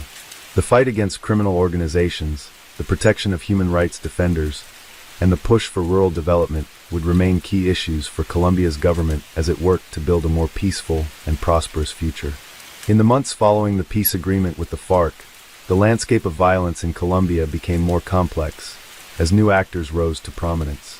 While the agreement had brought an official end to the country's largest guerrilla force, it failed to address the deeply entrenched criminal organizations and the illicit economies that had fueled the conflict for decades. The Gulf Clan, National Liberation Army, ELN, and smaller factions of former FARC fighters, many of whom rejected the peace process, seized the opportunity to fill the void left by the disbandment of the FARC. These groups were quick to assert control over areas that were once under the sway of the guerrillas, continuing to participate in activities such as coca cultivation, drug trafficking, and extortion. In 2017, one of the most pressing issues facing the Colombian government was the alarming rise in violence against social leaders. These individuals, often local human rights defenders, activists, or community leaders, were targeted because of their role in advocating for peace, the protection of displaced persons, and the promotion of alternative livelihoods to illegal activities such as coca farming. As such, their work was seen as a direct challenge to the criminal organizations that relied on the illegal drug trade and other illicit enterprises for profit. The killings of social leaders were not isolated incidents, but part of a larger trend that worsened throughout 2017. Many of these leaders were killed in broad daylight, often in front of their families or communities, and the violence was frequently carried out by heavily armed gunmen associated with criminal groups. The rural areas of Colombia, especially those in the regions of Chaco, Cauca, Nariño, and Putumayo, were hit hardest by this wave of violence. These regions had been strongholds for the FARC and, following the peace deal, were left with a power vacuum that quickly attracted the attention of other violent groups. The Gulf Clan, in particular, had a significant presence in these areas. As a highly organized criminal group, the Gulf Clan was heavily involved in drug trafficking, particularly cocaine, which they smuggled into international markets through the Pacific coast. In these territories, the Gulf Clan engaged in various criminal activities, including extortion and forced recruitment, to maintain their dominance. Coca cultivation continued to be a significant source of income for local farmers, who were often pressured by these groups to grow coca rather than legal crops. In many cases, the Gulf Clan was able to extort local farmers and threaten their livelihoods if they did not comply with the group's demands. Those who attempted to work with the government's anti-drug efforts, such as social leaders advocating for alternative crops or peace building in their communities, found themselves at risk of violent retaliation. This situation made it nearly impossible for the Colombian government to assert its authority in these regions. With limited military presence and few effective development programs, the government struggled to provide security or promote sustainable livelihoods in the areas most affected by the conflict. At the same time, the National Liberation Army, ELN, the country's second-largest guerrilla group, continued to operate in several regions, particularly in the north and east of Colombia. The ELN was deeply involved in the drug trade, as well as other illegal activities like kidnapping, extortion, and attacks on infrastructure. The group's primary goal had always been to overthrow the Colombian government and implement a Marxist-Leninist ideology, but their increasing involvement in the drug trade complicated this mission. Throughout 2017, the ELN carried out a series of bombings on oil pipelines and military installations, which resulted in significant damage and loss of life. The group's control over key drug production areas in Cauca, Chaco, and Norte de Santander allowed them to continue profiting from the illegal drug economy. The 2017 peace negotiations with the ELN were ongoing, but progress was slow. Despite multiple rounds of talks, the ELN remained unwilling to fully commit to a ceasefire, and their attacks on civilian and military targets continued to escalate. The Colombian government's failure to reach a comprehensive peace agreement with the ELN was one of the major issues in 2017, as the group's ongoing violence undermined efforts to consolidate peace in the country. In addition to the Gulf Clan and the ELN, other smaller criminal groups and armed factions continued to operate throughout Colombia. Some of these groups consisted of former FARC fighters who had either refused to demobilize or had rearmed after the peace agreement. These dissident groups were highly active in areas where the FARC had once controlled drug trafficking routes, and they were determined to maintain their control over coca-growing regions. These factions often engaged in violent skirmishes with each other, as well as with the Gulf Clan and the ELN, as they sought to dominate the profitable drug trade. The year 2017 also saw a significant rise in attacks on infrastructure, particularly against oil pipelines and electricity towers. These attacks, which were typically carried out by guerrilla groups such as the ELN or dissident factions of the FARC, targeted Colombia's key industries and infrastructure in a bid to pressure the government. The attacks not only disrupted Colombia's economy, but also caused significant environmental damage. Oil spills from damaged pipelines contaminated rivers and soil, further exacerbating the country's environmental challenges. These attacks were also part of a broader effort by armed groups to undermine the government. The Colombian government, while committed to peace, faced increasing challenges in reconciling the political, social, and economic complexities of the post-conflict environment. By the end of 2017, it was clear that while Colombia had made significant strides toward peace, the country was far from free of violence. The presence of powerful criminal organizations, the slow progress of peace negotiations with the ELN, and the continued violence against social leaders meant that Colombia's path to full peace and reconciliation would be long and difficult. The challenges of post-conflict reintegration, security sector reform, and economic development would continue to shape Colombia's future as it struggled to move forward from its violent past.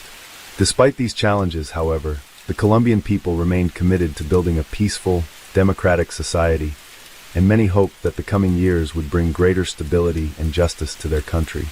As 2017 progressed, the ongoing violence in Colombia exposed not only the country's difficulties with security, but also the deeply rooted socio-political issues that had long been a part of the nation's fabric. The peace agreement with the FARC had marked a significant milestone, but the remaining obstacles, including the presence of criminal groups, drug trafficking, and the lack of government presence in many rural areas, made it clear that lasting peace would require much more than the formal disarmament of the FARC. The murders of social leaders, human rights defenders, and activists in 2017 represented a stark reminder of the pervasive violence that continued to plague Colombia, especially in its rural regions. These social leaders, many of whom had dedicated their lives to advocating for the rights of marginalized communities and promoting peace, found themselves increasingly in danger as the power vacuum left by the FARC's withdrawal was quickly filled by other violent groups. These groups, including the Gulf Clan, National Liberation Army, ELN, and various dissident factions of the FARC, saw the social leaders as obstacles to their control over illegal activities and often targeted them with brutal force. One of the most prominent and tragic cases of social leader killings was that of Héctor Salazar, a well-known human rights activist from the Department of Cauca. Salazar had worked tirelessly to promote peace and encourage local communities to abandon coca cultivation in favor of legal crops. He had also advocated for the rights of indigenous communities and had denounced the growing influence of criminal organizations in his region. Salazar's murder in March 2017 sent shockwaves through the human rights community in Colombia and further underscored the dangers faced by those working to foster peace in the country's most conflict-ridden areas. His death was followed by a wave of similar attacks on social leaders in Cauca, Nariño, and Chaco. The Colombian government faced mounting pressure from both domestic and international organizations to do more to protect these vulnerable individuals. Human rights organizations such as Amnesty International, Human Rights Watch, and the United Nations repeatedly condemned the killings, calling on the Colombian government to strengthen its efforts to protect social leaders and investigate those responsible for the violence. Despite the government's promises to improve security, these efforts often fell short. Many of the killings went unpunished, and the fear of retribution from criminal groups stifled efforts to bring perpetrators to justice. The growing violence against social leaders also had a chilling effect on civic participation in Colombia. Fear of becoming a target led many community leaders to abandon their work, and organizations advocating for peace were forced to scale back their activities. This created a dangerous cycle in which criminal organizations and armed groups continued to exploit the power vacuum left by the FARC's demobilization, while the absence of social leaders made it difficult to promote positive change in affected communities. Meanwhile, the situation in rural Colombia remained dire, with coca cultivation continuing to thrive in many areas. Despite the Colombian government's efforts to curb the production of coca plants through aerial fumigation and other eradication methods, the illegal drug trade remained a lucrative business for criminal organizations. The country's continued dependence on illicit crops, combined with the lack of alternative economic opportunities, perpetuated the cycle of violence. Many farmers were forced to grow coca due to a lack of viable options, and those who sought to leave the industry were often met with threats of violence from drug cartels or armed groups. The drug trade remained a major driver of violence in Colombia, and it was clear that cocaine production continued to play a central role in the country's security problems. By 2017, Colombia was still one of the world's largest producers of cocaine, and the majority of the country's criminal organizations were heavily involved in the drug trade. The Gulf Clan, for example, controlled large portions of the northern Pacific coastline, where cocaine was trafficked out of the country to international markets. Their involvement in the drug trade allowed them to fund their violent activities and maintain control over key territories. The ELN also played a significant role in the drug trade, particularly in regions along the border with Venezuela, where they controlled coca-growing areas and illicit smuggling routes. With drug cartels and armed groups fighting for dominance over coca-growing regions, Colombia's rural population remained caught in the crossfire.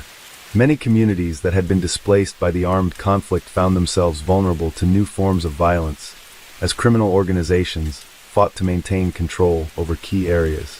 In many cases, these groups used terror tactics such as assassinations, kidnappings, and forced recruitment to intimidate local populations and prevent them from opposing their activities. By mid-2017, it had become clear that the government's security strategy was insufficient to deal with the complex web of criminal groups and their control over the country's illicit economies. While President Juan Manuel Santos continued to push forward with his agenda for peace and development, his administration faced mounting criticism for its failure to protect the most vulnerable sectors of society. The military and police forces had been stretched thin, and efforts to integrate former combatants into civilian life had been slow to take effect. The government's focus on demobilizing the FARC had, for a time, distracted attention from the more pressing issue of criminal violence perpetrated by groups such as the Gulf Clan and ELN. Despite these challenges, there were glimmers of hope in 2017. The International Criminal Court, ICC, continued to monitor the peace process in Colombia, providing external pressure for the government to adhere to its commitments under the peace agreement. The government also made progress in establishing transitional justice mechanisms, which aim to hold those responsible for war crimes accountable while providing reparations to victims. These mechanisms were a key part of Colombia's broader efforts to heal the wounds of decades of conflict. In rural areas, some efforts were made to provide alternative livelihoods to coca farmers. The government implemented various programs that aimed to help farmers transition to legal crops such as coffee, cocoa, and palm oil. However, these efforts faced significant obstacles. Many farmers remained distrustful of the government's promises, and the lack of infrastructure and economic opportunities in rural areas made it difficult for farmers to sustain alternative livelihoods. By the end of 2017, the government had committed to a series of reforms aimed at improving security, promoting economic development, and addressing inequality. However, the path to lasting peace remained fraught with difficulties. Social leaders and human rights defenders continued to face grave danger, and criminal organizations showed little sign of relinquishing control over the country's most vulnerable regions. In many ways, the events of 2017 set the stage for the years to come. The issues of violence, drug trafficking, land reform, and transitional justice would continue to dominate Colombia's political landscape. While the government had made progress toward peace, it was clear that the challenges ahead would require a comprehensive, multifaceted approach, one that addressed not only the criminal organizations, but also the deep-rooted socio-economic issues that had fueled decades of conflict. The murder of social leaders in 2017 was a tragic reminder of the cost of peace in Colombia, but it also served as a call to action for the government, civil society, and the international community to work together toward a more peaceful and just future for all Colombians. Let's jump to next story. Story 5. In 2017, Colombia was at a crossroads. The country had been fighting a long and brutal internal conflict that spanned decades, involving various armed groups such as the Revolutionary Armed Forces of Colombia, FARC, National Liberation Army, ELN, and the Gulf Clan. In 2016, the Colombian government had signed a peace agreement with the FARC, bringing hope for a future without the violence that had devastated rural communities for years. The agreement marked the end of a long-running guerrilla war, but it did not signal the end of Colombia's problems with violence and crime. Despite the peace agreement, 2017 revealed that Colombia was still struggling to achieve lasting peace, as violence from criminal organizations, armed groups, and drug cartels continued to plague the nation. One of the most alarming developments in 2017 was the increase in the killing of social leaders and human rights defenders. These individuals were targeted because of their efforts to promote peace, human rights, and environmental protection. They often spoke out against the activities of criminal organizations, particularly those involved in coca cultivation and drug trafficking. Many of these social leaders were active in regions where the FARC had once been dominant, and their efforts to create alternatives to illegal activities made them targets for the groups that were now trying to control the same territories. In 2017, Colombia saw a significant uptick in the murders of these leaders, especially in the departments of Cauca, Nariño, Chocó, and Putumayo. These regions had long been centers of violence and coca cultivation, and many of the social leaders working there had been advocating for peace and the development of legal alternatives to the drug trade. Indigenous leaders, Afro-Colombian activists, and land rights defenders were especially at risk, as their work challenged the control that criminal organizations and armed groups had over their communities. One notable case was the murder of Héctor Salazar, an activist from Cauca. Salazar had been a vocal advocate for the rights of local indigenous communities and had worked tirelessly to promote sustainable agriculture as an alternative to coca farming. On March 17, 2017, Salazar was shot and killed in broad daylight. His murder shocked the nation and sparked outrage among human rights organizations both within Colombia and abroad.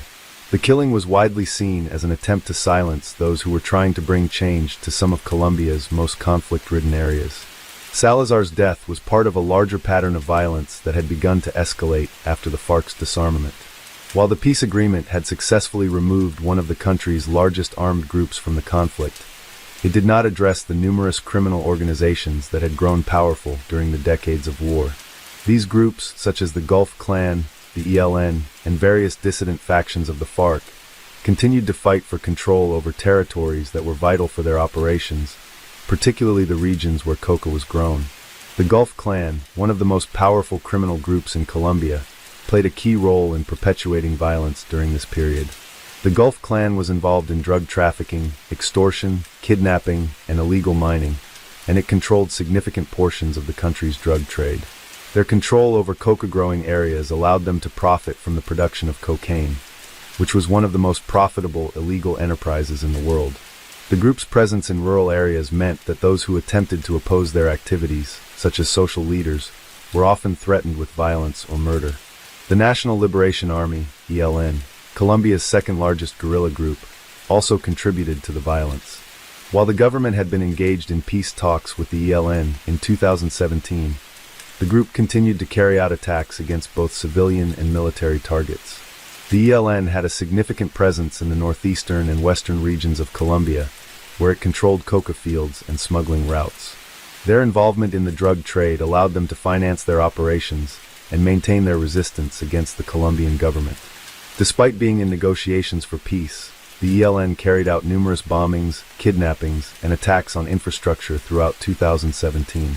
In addition to these two powerful groups, smaller dissident factions of the FARC, which had rejected the peace deal and rearmed themselves, also contributed to the rising violence.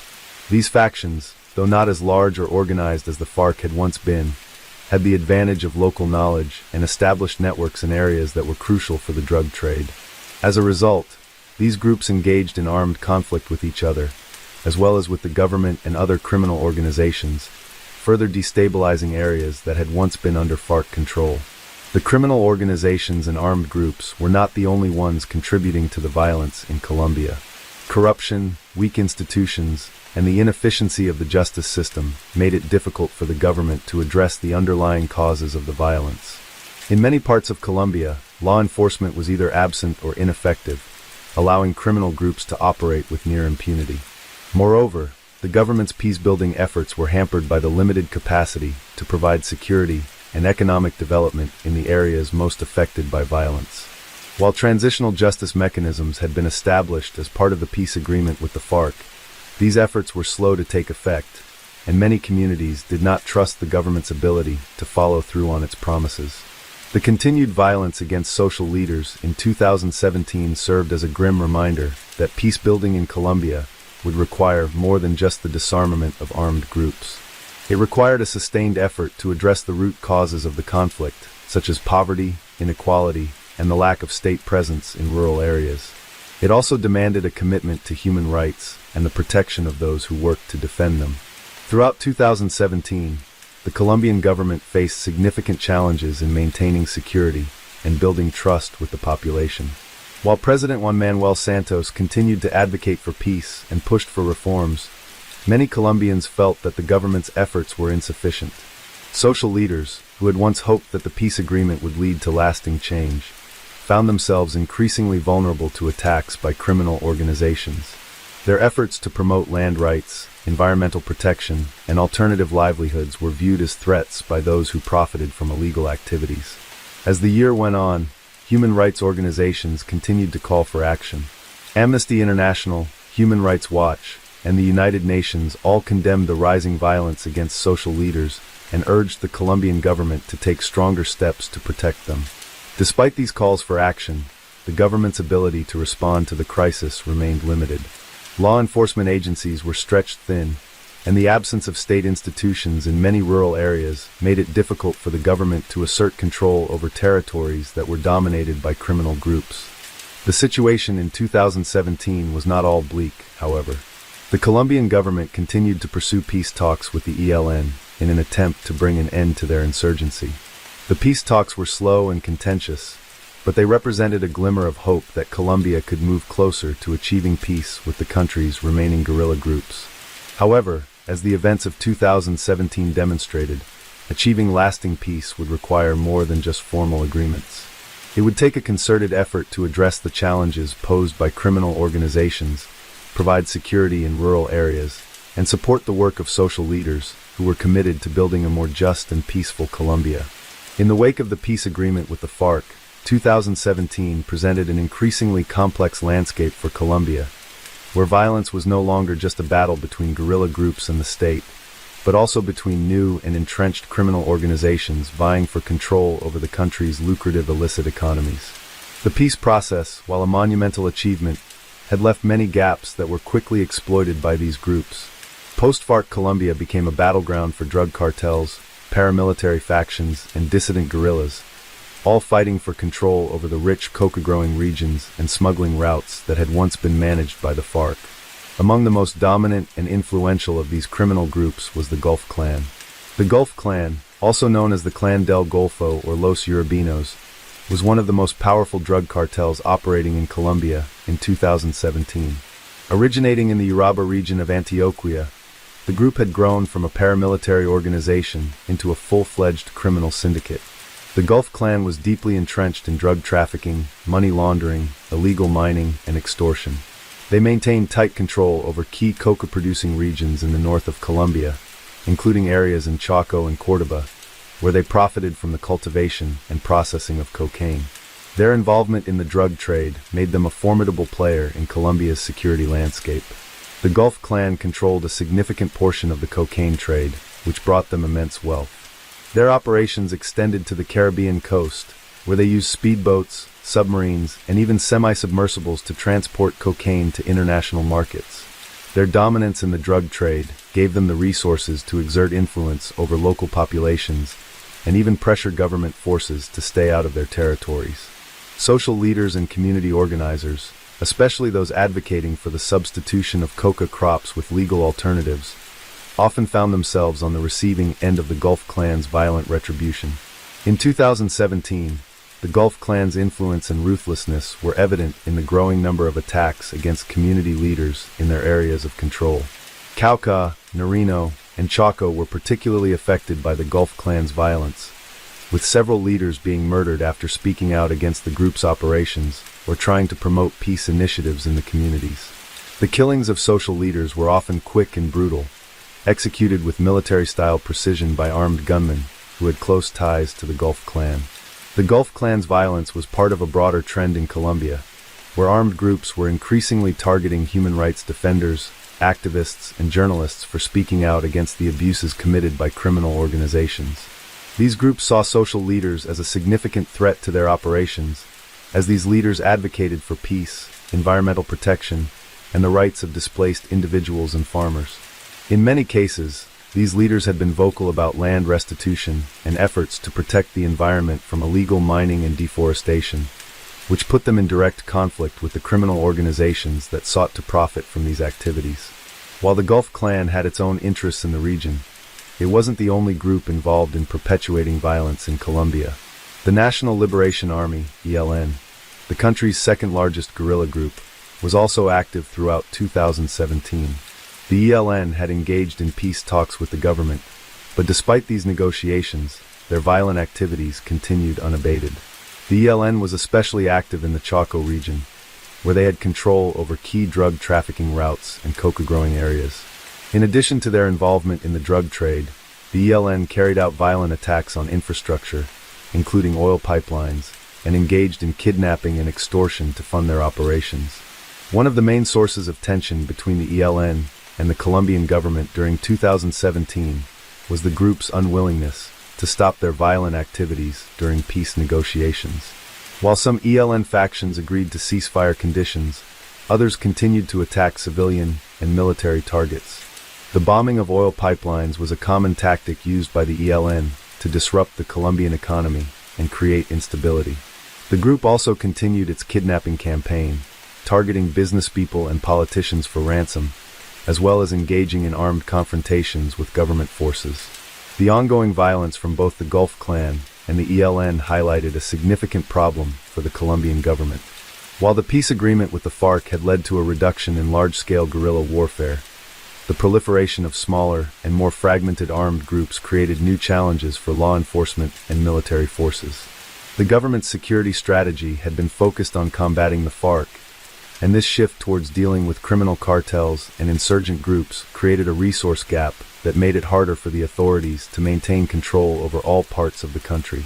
In response to these challenges, the Colombian government increased its military and police presence in regions where the Gulf Clan and the ELN were active, particularly in the Córdoba, Norte de Santander, and Chaco regions. Military operations, including airstrikes and ground assaults, were launched to target these criminal groups and disrupt their operations. These efforts, however, were often met with fierce resistance from armed groups who were deeply entrenched in the regions they controlled.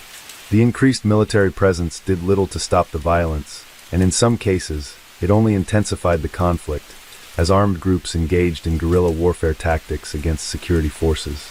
Alongside the military operations, the Colombian government continued to focus on drug eradication efforts, which were part of their broader strategy to reduce coca cultivation. The government initiated aerial fumigation programs to destroy coca crops, but these efforts were controversial.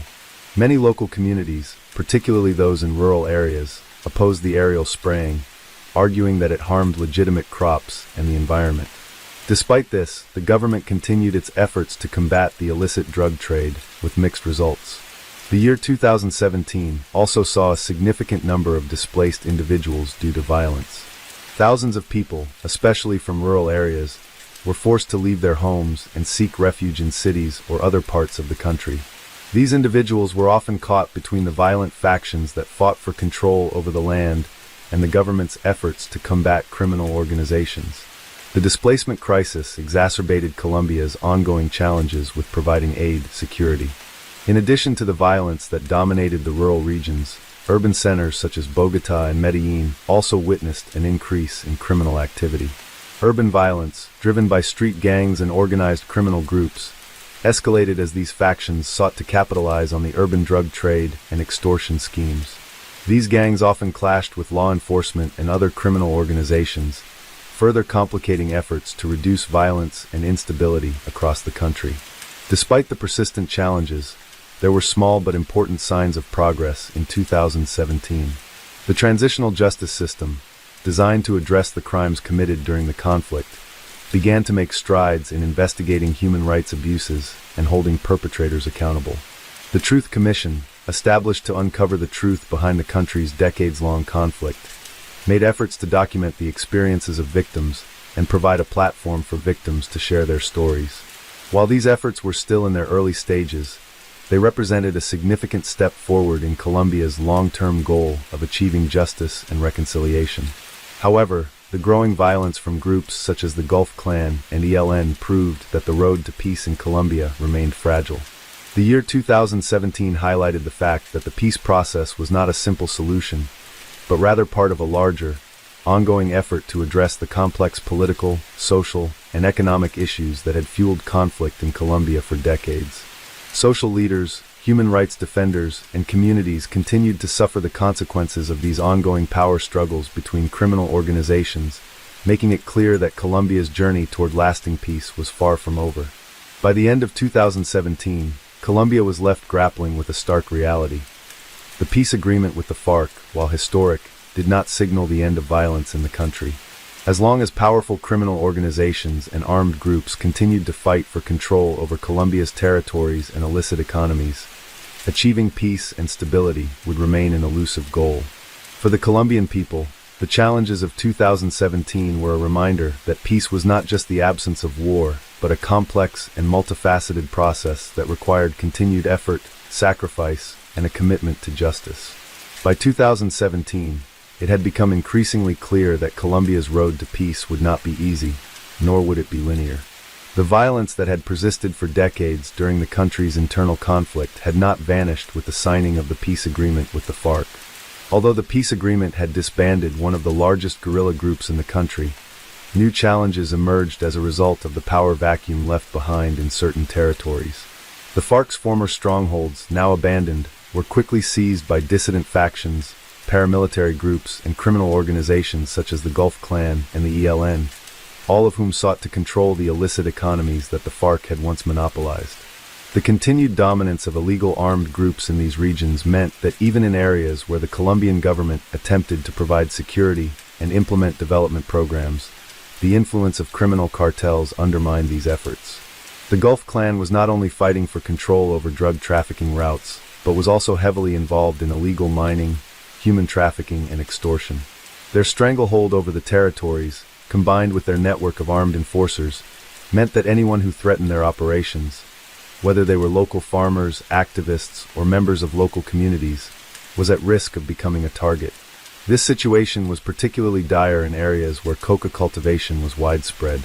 Despite efforts from both the Colombian government and international organizations to reduce drug production, the high profitability of cocaine made it an attractive option for many farmers in rural areas. In these regions, the cultivation of coca plants was often the only viable source of income, leaving many communities vulnerable to exploitation by criminal groups who provided financial support in exchange for protection or labor. A significant number of the social leaders who were murdered in 2017 had been advocating for alternative development programs aimed at helping farmers transition from coca cultivation to legal crops such as coffee, cacao, or fruit farming. However, these initiatives often faced resistance from criminal organizations, which saw such programs as a threat to their economic interests. Human rights defenders who pushed for the legalization of land tenure or lobbied for land restitution for victims of displacement also became frequent targets of violence. One of the most significant examples of this violence occurred in Cauca in late 2017, a region historically plagued by armed conflict due to its strategic location and its role in coca production. Indigenous communities in Cauca, led by social leaders like Felix and Eduardo, were at the forefront of promoting peace and seeking the return of land to communities displaced during the conflict. The activists and community leaders in the area, who often led peaceful protests and community meetings, were threatened by various armed groups seeking to prevent any further disruption of their illegal activities. In October 2017, a prominent indigenous leader, Felix Luan, was assassinated by an armed group while traveling between villages. Felix had been a vocal advocate for land rights and had worked closely with local governments and international bodies to secure resources for the region's displaced people. His death sent shockwaves through the community, and local officials condemned the act, urging authorities to take action. However, the lack of reliable security forces and ongoing threats against other leaders resulted in a growing sense of fear among activists and local leaders. Many of them began to go into hiding, fearing that they too might be targeted by the increasingly emboldened criminal organizations. Despite these setbacks, some progress was made in the peace process in 2017. The Colombian government continued its negotiations with the ELN, and both sides expressed an interest in ending the conflict. The peace talks with the ELN were a complicated matter, as the group had long been involved in kidnappings, extortion, and the attacks on infrastructure, and had built a significant financial base through their involvement in the drug trade. However, peace talks with the group showed that the Colombian government was committed to negotiating with all factions in hopes of ending the long-running violence. Nevertheless, the ELN's commitment to peace was questioned by both the public and the government. While formal talks continued, their actions on the ground indicated otherwise. In April 2017, just as the peace talks were gaining momentum, the ELN carried out a series of bombings against oil pipelines and military posts, leading many to question their intentions. The bombing campaign had significant economic repercussions, as oil is a critical sector in Colombia's economy. The ELN also engaged in kidnapping civilians and members of foreign companies operating in Colombia. Despite the government's best efforts, these actions illustrated the difficulty in reaching a lasting peace with the ELN. Meanwhile, smaller factions of the FARC dissidents continued to operate in rural regions, taking advantage of the political vacuum created by the demobilization of the original FARC members. These dissidents, made up of former fighters who rejected the peace process, resumed their violent activities and worked to control the drug trade in Colombia's most remote areas. Though their numbers were fewer than those of the original FARC, these dissidents maintained a presence in territories that were rich in coca crops, which gave them a steady income. The Gulf Clan and other groups often formed alliances with these dissidents, further complicating the security situation in the country. The government's response to this new phase of conflict was to bolster its military presence in the most affected regions. Military operations in areas such as Putumayo, Caqueta, and Meta were intensified in 2017 to dismantle drug trafficking routes and dismantle criminal networks.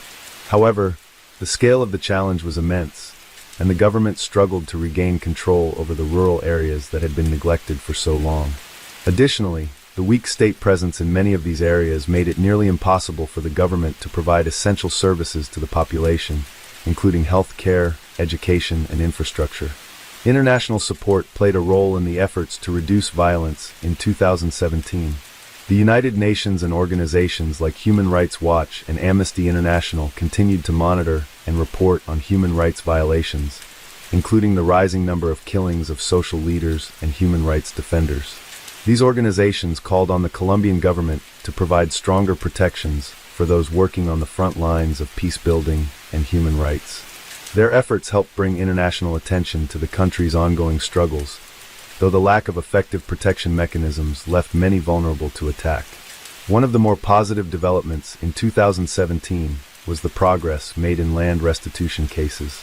Under the Victims and Land Restitution Law, the government continued to provide compensation and land to families who had been displaced due to the conflict. Thousands of families had begun receiving land titles that were once under the control of criminal organizations or armed groups. This process was slow and often met with resistance from illegal armed groups, but it was seen as a step toward restoring some form of justice to those who had been affected by the conflict. As 2017 came to a close, Colombia found itself in a precarious position. The country had made significant strides in the demobilization of the FARC, and the peace agreement was still a beacon of hope. However, the ongoing violence from other armed groups, especially in rural areas, showed that peace was far from being fully realized. Colombia's fight against criminal organizations and the drug trade was likely to continue for many years to come. While the government worked tirelessly to rebuild communities and ensure the safety of its citizens, the reality remained that peace was a long-term effort requiring substantial commitment, both from Colombia and from the international community. The challenges of 2017 were a sobering reminder that the conflict was not truly over, and that achieving peace in Colombia was a complex and ongoing process, one that required the resilience and determination of both the government and its people. Let's jump to next story. Story 6. In 2017, Colombia, a country that had been at the heart of one of the longest and most complex internal conflicts in Latin American history, faced a new set of challenges despite the historic peace agreement signed with the Revolutionary Armed Forces of Colombia, FARC, in late 2016. The agreement had led to the disarmament of one of the country's most powerful guerrilla groups, but the peace process also revealed deep fractures in the country's security situation. The vacuum left by the FARC's departure from the criminal landscape was rapidly filled by a variety of armed groups, criminal organizations, and drug cartels, creating a volatile and unpredictable security environment. One of the most significant and violent events in Colombia in 2017 occurred in the country's rural heartland, where a series of murders and attacks were attributed to the growing power of criminal gangs and paramilitary groups. As the FARC disbanded, numerous smaller factions, often referred to as dissidents, continued to operate across vast stretches of Colombia, particularly in the Pacific coast and Amazonian regions. These groups refused to comply with the peace agreement, seeking to maintain their control over the profitable drug trade and illegal gold mining industries. They engaged in a variety of criminal activities, including extortion, human trafficking, and murder. One of the most notorious of these groups was the Gulf Clan, or Clan del Golfo, which had grown into a large and influential criminal syndicate by 2017. Originating from the paramilitary groups that once fought alongside the Colombian military, the Gulf Clan had established control over significant portions of Colombia's northern coast, particularly in Chaco, Córdoba, and Antioquia. By 2017, the Gulf Clan controlled crucial drug trafficking routes, both on land and at sea, and was heavily involved in the trade of cocaine and heroin. With their control over coca crops and drug distribution networks, they made massive profits, which they used to further expand their reach and influence. The Gulf Clan was infamous for its brutal tactics. Social leaders, human rights activists, and anyone opposing their activities were regularly targeted for assassination or threatened with violence. In 2017, there was a marked increase in the number of killings of social leaders, particularly in regions where the Gulf Clan had a strong presence. Many of these victims were part of movements advocating for peace, land restitution, and environmental protections. As rural communities in Colombia struggled to transition away from coca cultivation to alternative, sustainable livelihoods, the Gulf Clan used intimidation, violence, and extortion to maintain their control over the region and prevent any changes that might reduce their profits. The violence committed by the Gulf Clan in 2017 was not limited to individuals. Entire communities were impacted by their extortion schemes and the threat of kidnapping. Local businesses, especially those in the agriculture sector, were forced to pay the Gulf Clan for protection, and failing to comply often led to violent retribution. In some cases, entire families were abducted and held for ransom, and many residents fled their homes to escape the Gulf Clan's growing grip on the area. Aside from the Gulf Clan, the National Liberation Army, ELN, another major guerrilla group, continued its violent activities across the country. Although the government and the ELN were engaged in peace talks throughout 2017, the group's actions on the ground were often contradictory. The ELN, which had long been involved in the drug trade, kidnapping, and attacks on infrastructure, was involved in numerous bombings and armed confrontations with the Colombian military. They targeted oil pipelines, electrical towers, and military convoys, seeking to disrupt the country's economy and further their political agenda. In addition to these attacks, the ELN continued to kidnap civilians and members of foreign companies operating in Colombia, often demanding large ransoms. By 2017, the Colombian government was under intense pressure to address the increasing violence across the country. In response to the rising threat from the Gulf Clan, the ELN, and other criminal factions, the Colombian military launched a series of military operations aimed at dismantling these groups. The government also increased its presence in rural regions, including the Chaco, Cauca, and Putumayo regions, which had been particularly affected by the armed group's presence. Airstrikes, ground assaults, and specialized anti-drug operations were employed to try to disrupt the criminal organizations and weaken their influence. Despite these efforts, the military was met with resistance from the armed groups, who were well entrenched in these regions. The Gulf Clan and the ELN used guerrilla warfare tactics, hiding in the dense forests and mountainous terrain to avoid detection. Ambushes and hit-and-run attacks were common, and these groups maintained a deep network of supporters and sympathizers in the local population, which made it difficult for the government forces to fully gain control. Moreover, in many areas, local communities were hesitant to cooperate with the military, fearing retaliation from the armed groups or believing that the government was not committed to their welfare. Meanwhile, Colombia's ongoing struggle with drug trafficking remained a major obstacle to peace and security. Coca cultivation was on the rise again in 2017, particularly in regions such as Norte de Santander, Cauca, and Putumayo, where illegal drug production remained a lucrative business for criminal groups. Despite efforts by the Colombian government and international partners to curb coca cultivation through aerial fumigation and manual eradication, farmers in rural areas were still heavily dependent on coca as their primary cash crop. The Colombian government's eradication programs were controversial, with many local communities arguing that they caused environmental damage and harmed other crops. In response, some farmers joined or were coerced into working with armed groups who promised them protection and income from the coca trade. The military and police forces, meanwhile, found themselves stretched thin in trying to combat the drug cartels, paramilitary groups, and dissident guerrillas that had proliferated after the FARC's disarmament. These criminal groups were no longer confined to the jungles or remote areas of Colombia. They had become entrenched in urban centers like Medellin, Cali, and Bogotá, where they continued to control drug distribution networks and engage in extortion. The increase in violence and criminal activity in these cities further strained the Colombian government's ability to restore peace and security. One of the most tragic outcomes of this violence was the continued targeting of social leaders and human rights activists, particularly those who had been working on land restitution programs. In 2017, a spike in murders of such leaders was recorded. Many had been advocating for the return of land to victims of the armed conflict, or for the protection of indigenous and Afro-Colombian communities in areas controlled by armed groups. The violence against these leaders highlighted the danger of advocating for peace in a country where criminal organizations had deeply embedded interests in maintaining the status quo. As the year drew to a close, the situation in Colombia remained uncertain. Despite the historic peace agreement with the FARC, new armed groups, fueled by the drug trade and illegal economies, continued to perpetuate violence and instability.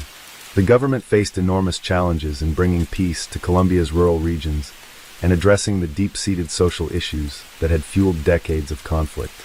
In 2017, Colombia was reminded that peace could not be achieved through a mere agreement between political elites.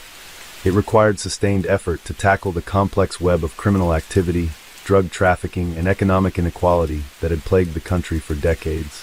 The challenges faced by Colombia in 2017 set the stage for a difficult path forward, one where the legacy of conflict continued to cast a long shadow, and where the pursuit of peace required both political will and commitment to addressing the root causes of violence.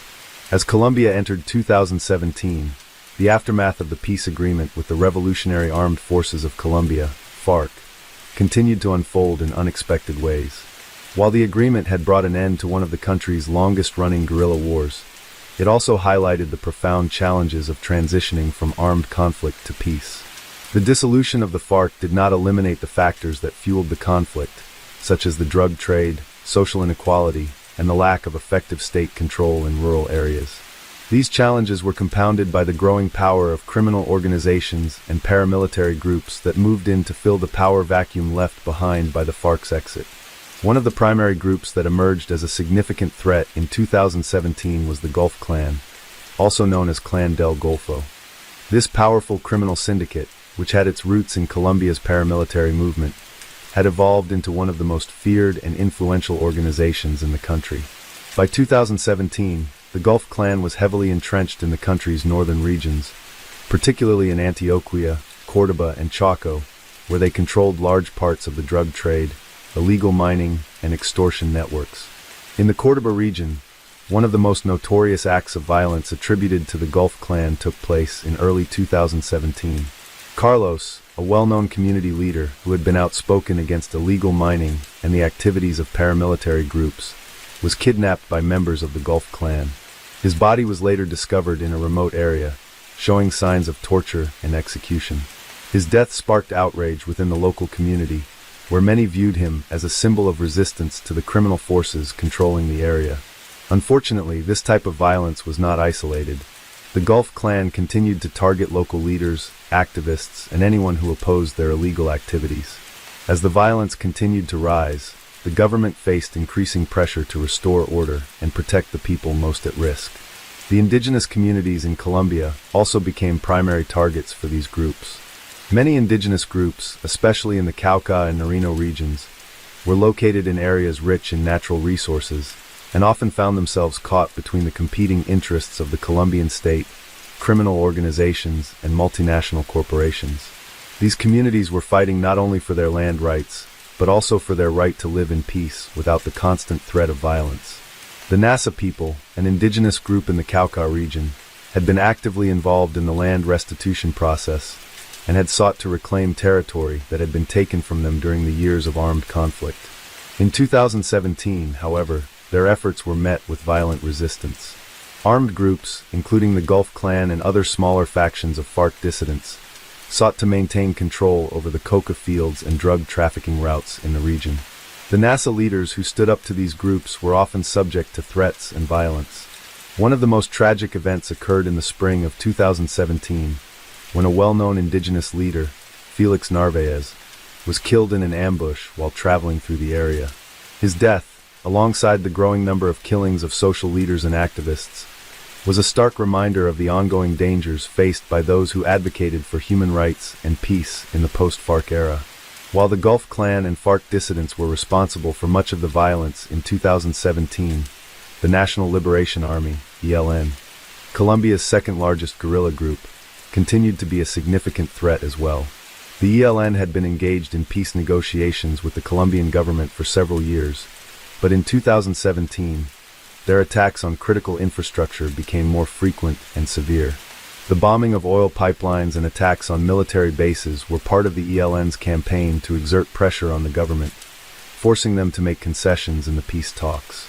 The group was also involved in kidnapping, extortion, and violent clashes with both the Colombian military and other armed groups. Despite being at the negotiating table, the ELN's actions on the ground undermined the government's efforts to restore peace and stability. The group's violent activities sent a strong message that the path to peace would not be a quick or easy one. As 2017 progressed, the Colombian government found itself in a difficult position, trying to balance the demands of peace talks with the reality of escalating violence across the country. The situation was further complicated by the rise in coca cultivation. As the FARC disbanded, they handed over control of many of the regions where coca was grown, and a number of the territories were left vulnerable to exploitation by criminal groups. Coca was Colombia's most profitable illegal export, and criminal groups quickly moved to establish control over coca production and the associated drug trafficking routes. In 2017, there was a significant uptick in coca cultivation in areas that had previously been controlled by the FARC. Despite efforts by the government to reduce coca production through aerial fumigation and manual eradication programs, the crops continued to thrive in parts of Norte de Santander, Putumayo, and Caqueta, where the illegal economy was the only viable source of income for many farmers. The government's approach to eradicating coca crops in 2017 remained controversial. Aerial fumigation, in particular, faced fierce criticism from local communities and environmental organizations, who argued that it was harmful to the environment and negatively impacted the livelihoods of local farmers who grew legitimate crops alongside coca. As a result, the manual eradication programs became more prominent, with military and police forces engaging in direct action to uproot coca plants. However, these operations were often met with resistance from the farmers, who were frequently caught between the interests of criminal groups and the government's eradication efforts. The struggle between the Colombian government's desire to eliminate coca cultivation and the continued growth of illegal coca production had far-reaching consequences for the country's rural communities. Many farmers who relied on coca for income were caught in a cycle of poverty and violence, with little opportunity for economic alternatives. The challenge of transitioning from coca farming to legal crops was one of the central issues in the post-conflict period. The government's failure to provide enough support for rural development and its inability to curb the growing influence of criminal groups made it clear that the process of achieving lasting peace in Colombia would take time. The international community continued to play an important role in supporting Colombia's peace efforts. International organizations like the United Nations and Amnesty International closely monitored the human rights situation, documenting the continuing violence against social leaders and activists. These organizations urged the Colombian government to increase its protection efforts for those working in rural communities, advocating for justice and fighting for human rights. The United States, a major partner in Colombia's anti-drug efforts, also provided substantial financial support to the government's counter-narcotics operations, though there were ongoing debates about the effectiveness of these programs. As the year continued, it became evident that the peace process was facing many obstacles. The post-FARC era brought new dynamics of violence, driven by the actions of armed groups and the illegal economies they supported. The Gulf Clan, the ELN, and FARC dissidents operated with increasing impunity in many parts of the country, especially in areas previously controlled by the FARC. While the government's peace agreements with the FARC provided a glimmer of hope, the reality was that the true path to peace would require addressing the deep-rooted issues of poverty, inequality, land dispossession, and the drug trade, which had long fueled conflict and violence in Colombia. In 2017, Colombia found itself at a crossroads. While the FARC's disarmament and the peace agreement marked significant milestones, the violence, drug trafficking, and criminal organizations that continued to thrive in the country presented serious challenges to achieving lasting peace. The people of Colombia had been through decades of conflict, and as they moved toward a new chapter, it was clear that their journey toward peace would require ongoing efforts, both at the national and international levels. Only time would tell if Colombia could overcome the violence and continue on the path toward true reconciliation.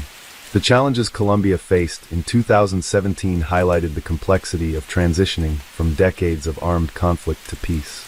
Although the peace agreement with the FARC brought an end to one of the longest guerrilla wars in Latin American history, the subsequent rise in criminal violence and the proliferation of illegal armed groups underscored the difficulties of post-conflict recovery.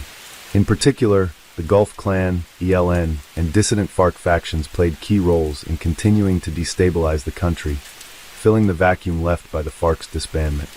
One of the most significant concerns for the Colombian government and its citizens was the continued targeting of social leaders and human rights defenders. In 2017, a staggering number of activists, particularly those working in rural areas, were murdered by criminal groups who sought to maintain their control over local populations and economic activities. These individuals, often involved in land restitution programs or peace-building initiatives, were seen as a threat to the illegal enterprises run by paramilitary organizations and drug cartels. The killing of social leaders became a symbol of the challenges facing Colombia as it tried to build peace in regions historically ruled by violence and lawlessness. In particular, rural Colombia was under siege from criminal organizations involved in the drug trade, illegal mining, and extortion. The Pacific Coast, the Amazon, and the mountainous areas of the east remained hotspots of violence and lawlessness. The Gulf Clan, which controlled large portions of the northern coast and the Chaco department, was infamous for its brutal tactics. This organization not only trafficked cocaine, but also dominated illegal gold mining in the region, a highly profitable business.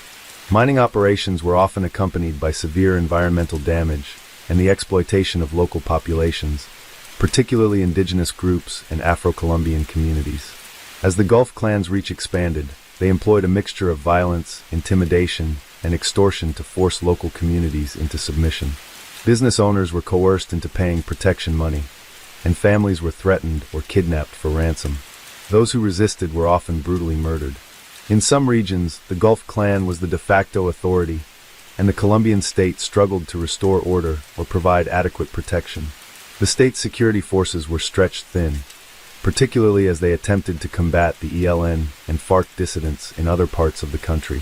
The army and police forces were often under-equipped to deal with the increasingly sophisticated criminal organizations, which operated in both urban centers and rural zones.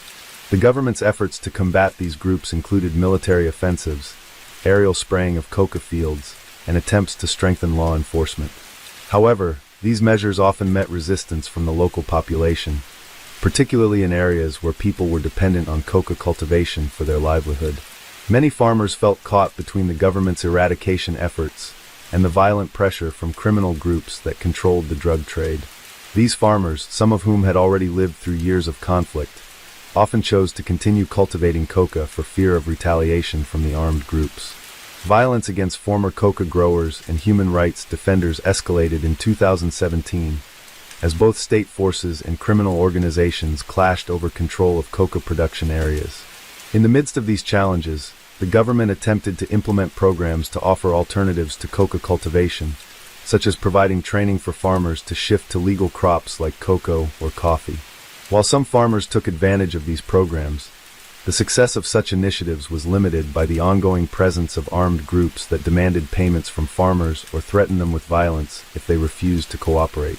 The government's promises of development and economic alternatives were often not enough to overcome the reality of insecurity and the entrenched interests of criminal organizations.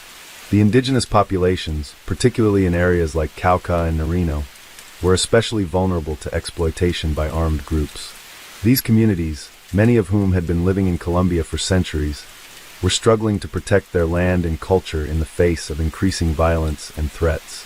One of the most tragic developments of 2017 was the systematic killing of indigenous leaders, who were often the only voices of resistance to the armed groups. As land restitution programs continued to be implemented across Colombia, many of the indigenous leaders and land rights advocates who fought for the return of their land were targeted by both guerrilla and paramilitary groups. These murders sent a chilling message to others who might consider challenging the illegal activities of the criminal groups. The Colombian government, despite its public support for peace and land restitution, struggled to provide adequate protection for these vulnerable communities. Many social leaders were forced into hiding or went abroad, fearing for their lives. In many cases, the security forces were either too slow to respond or complicit in the violence. On a broader level, Colombia's struggles in 2017 were shaped by its ongoing fight against the drug trade. Coca cultivation remained a central issue, with Colombia continuing to be the world's leading supplier of cocaine. Despite the FARC's disarmament, the drug cartels and criminal groups were still entrenched in the country, seeking to capitalize on the international demand for drugs. These organizations controlled not only coca production but also key transport routes, from rural coca farms to ports used to ship drugs abroad. Cartels like the Gulf Clan and the Sinaloa Cartel, from Mexico, operated in close coordination to move massive amounts of cocaine out of Colombia, feeding the global drug market. The Colombian government faced significant challenges in addressing the supply side of the drug trade, as the international community, led by the United States, continued to pressure Colombia to combat drug trafficking. While there was some success in reducing coca cultivation in certain regions, the increase in coca farming in other areas reflected the persistence of the problem. In 2017, Colombia's effort to eliminate drug production through aerial fumigation was controversial, with many local communities and environmental groups criticizing the harmful effects of the practice on local crops, wildlife, and human health. At the same time, international drug enforcement agencies continued to monitor Colombia's role in global narcotics trafficking, especially as drug consumption remained high in the United States, Europe, and other parts of the world. As a result, Colombia's military and anti-narcotics units found themselves in a difficult position, being asked to simultaneously combat armed groups while attempting to reduce the flow of illegal drugs. This strategy was not only costly but also fraught with complications, given the complex interplay of criminal factions, local poverty, and the global demand for illicit drugs. Despite these overwhelming challenges, Colombia's ongoing efforts toward peace building were not entirely in vain. There were pockets of success in the fight for social justice and reconciliation. Many civil society organizations and grassroots movements continued to push for peace, despite the difficult circumstances. Through their efforts, some rural communities began to see signs of improvement in terms of basic services, education, and infrastructure.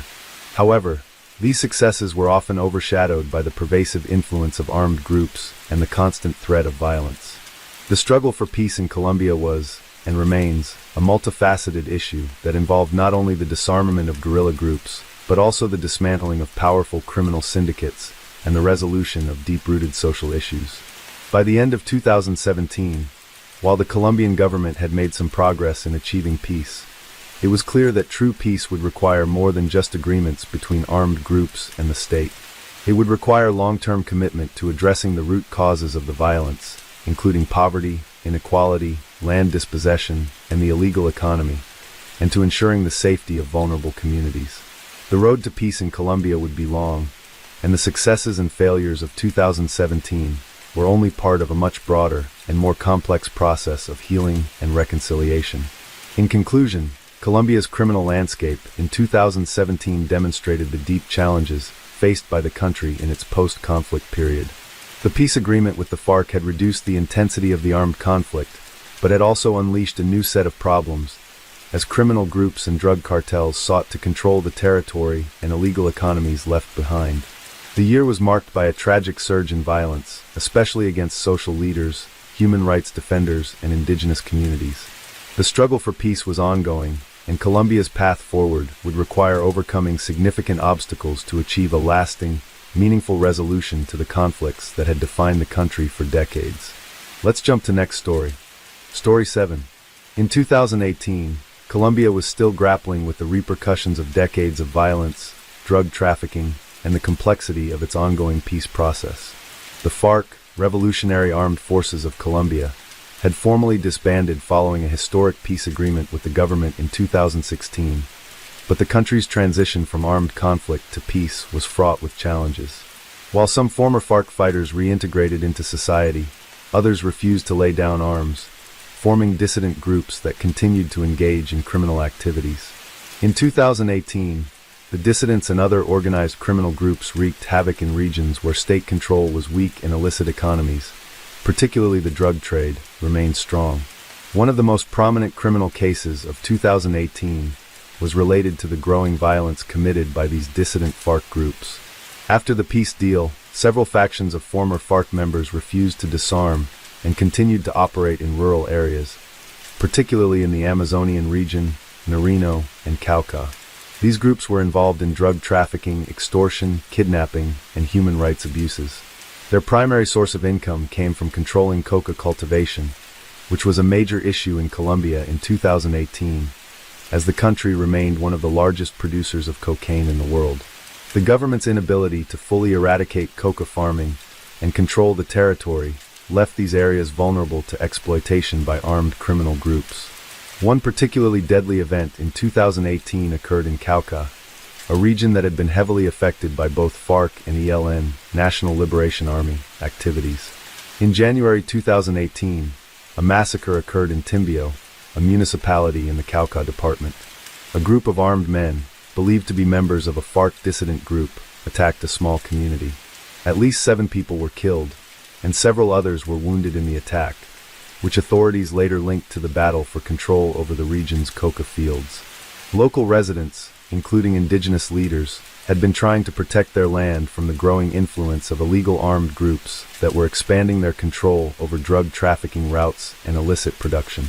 The massacre in Timbio drew widespread condemnation and highlighted the growing power of dissident FARC groups that had emerged after the peace deal. These groups, often described as bandits or post-FARC militias, were not interested in peace but in controlling the regions where coca production flourished. Their violent tactics were used to intimidate communities, particularly indigenous people and social leaders, who were fighting to protect their land from exploitation. The violence was not isolated to Timbio. Rural Colombia remained under siege as criminal organizations vied for control of lucrative territories in the post-FARC era. In addition to the violence caused by FARC dissidents, the year 2018 also saw a dramatic rise in violence attributed to the Gulf Clan. The Gulf Clan, or Clan del Golfo, had been one of the most powerful and dangerous paramilitary groups in Colombia. Their influence was especially strong in the northern coastal regions of the country, including Antioquia, Córdoba, and Chaco. The Gulf Clan was deeply involved in drug trafficking, illegal mining, extortion, and kidnapping. They were notorious for their brutality, and in 2018, their violent actions continued to destabilize regions already affected by poverty, corruption, and poor government presence. In March 2018, the Gulf Clan orchestrated an attack on a police station in the town of Terraza in Antioquia, one of the clan's strongholds. The attack, which involved bombs and firearms, killed at least 5 officers and wounded several others. The goal of the attack was likely to send a message to the Colombian government, showing the group's strength and willingness to continue defying state authority. The Gulf Clan also used their network of informants and sympathizers within local communities to ensure their illicit activities were protected. The attack in Terraza was part of a larger campaign of intimidation aimed at both law enforcement and the general population. Local officials, including mayors and council members, were routinely targeted by criminal groups for refusing to cooperate with their illegal activities. The Gulf Clan's violence was felt not only by law enforcement, but also by the ordinary citizens living under the constant threat of extortion and kidnapping. As the year progressed, Colombia's security forces intensified their operations against the Gulf Clan, but their ability to eliminate such a well-established and deeply entrenched criminal network was limited. In many cases, military offensives led to temporary successes, such as arrests and seizures of drug shipments, but these victories were often followed by retaliatory attacks on military personnel or government institutions. In another part of the country, the National Liberation Army, ELN, Colombia's second-largest guerrilla group, continued to engage in violent activities, despite ongoing peace talks with the government. The ELN was responsible for a number of bombings and attacks on infrastructure, particularly in the northern and eastern regions of Colombia. Their most notable attack in 2018 was the January bombing of a police academy in Bogotá, the capital city. The bombing, which killed 21 people and injured dozens more, was an act of terror that shook the entire nation. The ELN claimed responsibility for the attack, which was intended to pressure the government into making concessions in peace negotiations. The Bogotá bombing was a stark reminder of the ELN's capacity for violence and their commitment to disrupting the peace process. Despite several rounds of negotiations, the ELN had shown little willingness to abandon its violent tactics, and many in the government began to question the sincerity of the group's peace talks. The bombing also served to undermine public confidence in the Colombian government's ability to ensure national security, as it became clear that even the capital was not immune to the violence perpetrated by these armed groups. In response to the growing violence, the Colombian government launched a series of counterinsurgency and counter-narcotics operations aimed at dismantling the Gulf Clan, the ELN, and other criminal factions. These operations were often carried out in collaboration with international partners, including the United States, which continued to provide financial support to Colombia's anti-drug efforts. However, these efforts were met with mixed success. While there were some significant drug busts and surrenders by members of the Gulf Clan and FARC dissidents, the continued influence of these criminal groups demonstrated the deep-rooted nature of the problems Colombia faced in 2018. In addition to the violence perpetrated by armed groups, drug trafficking remained one of the most pressing issues in Colombia. In 2018, Colombia was still the largest producer of coca in the world, and the international demand for cocaine showed no signs of diminishing. Criminal organizations controlled the production, processing, and transportation of coca, and in some cases, entire regions were essentially under the control of these groups. The government's attempts to combat drug trafficking were met with limited success, as the cultivation of coca plants continued to rise in many regions, particularly in Chocó, Putumayo, and Nariño. The growth in coca cultivation in 2018 was due to several factors. Many farmers, struggling with poverty and lack of alternatives, continued to cultivate coca as a means of survival. Additionally, the government's eradication efforts, including manual eradication and aerial fumigation, faced significant opposition. Many local communities viewed these efforts as harmful to their livelihoods and often resisted government actions.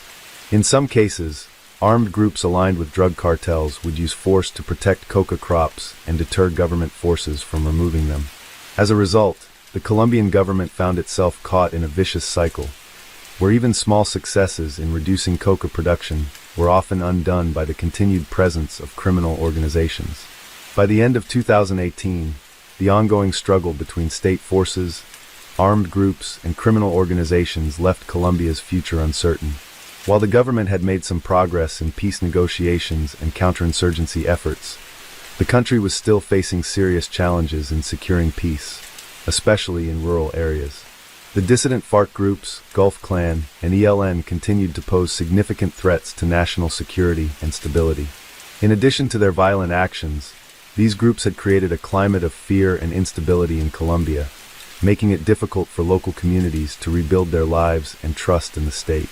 Despite these challenges, 2018 also served as a reminder of the resilience of the Colombian people. In many regions, local communities continued to fight for land rights, human rights, and social justice, despite the risk of violence. Human rights organizations, despite the growing threats, remained committed to documenting abuses and advocating for the protection of vulnerable populations. As Colombia moved into the future, it became increasingly clear that peace would not be achieved through military action alone, but would require a comprehensive and inclusive approach to addressing the underlying causes of violence, such as poverty, inequality, and the pervasive influence of the drug trade. In conclusion, 2018 was a year marked by violence, instability, and ongoing struggles for control over the drug trade and territory in Colombia. The situation remained complex, and while the country had taken steps toward peace, there were still many obstacles to overcome. The legacy of FARC's insurgency, the rise of new armed groups, and the challenges of eradicating coca cultivation all contributed to a difficult and uncertain future. Colombia's fight for peace was far from over, and the path forward would require not only military success, but also economic development, justice, and reconciliation. Story 8. In 2018, Colombia continued to face significant challenges in its post-conflict landscape, despite the landmark peace agreement signed 2 years earlier with the Revolutionary Armed Forces of Colombia, FARC. Although the agreement had led to the demobilization of thousands of FARC members, its implementation faced numerous obstacles, leaving large areas of the country vulnerable to criminal organizations, drug trafficking networks, and illegal armed groups. The country was still struggling with the effects of the decades-long armed conflict, and the violence that stemmed from illegal economies remained a constant threat. One of the most prominent criminal cases in Colombia in 2018 occurred in the Cauca department, a region in the southwestern part of the country that had long been a hot spot for armed conflict. In early 2018, a massacre occurred in the municipality of Buenos Aires, where several individuals were killed in an attack that was attributed to a dissident faction of the FARC. The attack occurred in a remote part of the region, which had become a battleground for control over coca crops, which were the foundation of Colombia's illicit drug trade. The massacre took place after an escalating conflict between FARC dissidents and local groups seeking to control drug production in the area. Coca cultivation continued to thrive in parts of Cauca, and various armed groups were vying for dominance in the region. FARC dissidents, along with other paramilitary factions, were looking to reassert their control over the lucrative illicit drug trade, and they targeted both farmers and local residents who were seen as supporting the government's peace efforts or as rivals in the area's drug economy. The attack was part of a disturbing trend in Colombia's rural areas, where the state had limited presence and criminal organizations thrived. The government had hoped that the peace deal with the FARC would lead to security improvements, but the reality on the ground was much more complicated.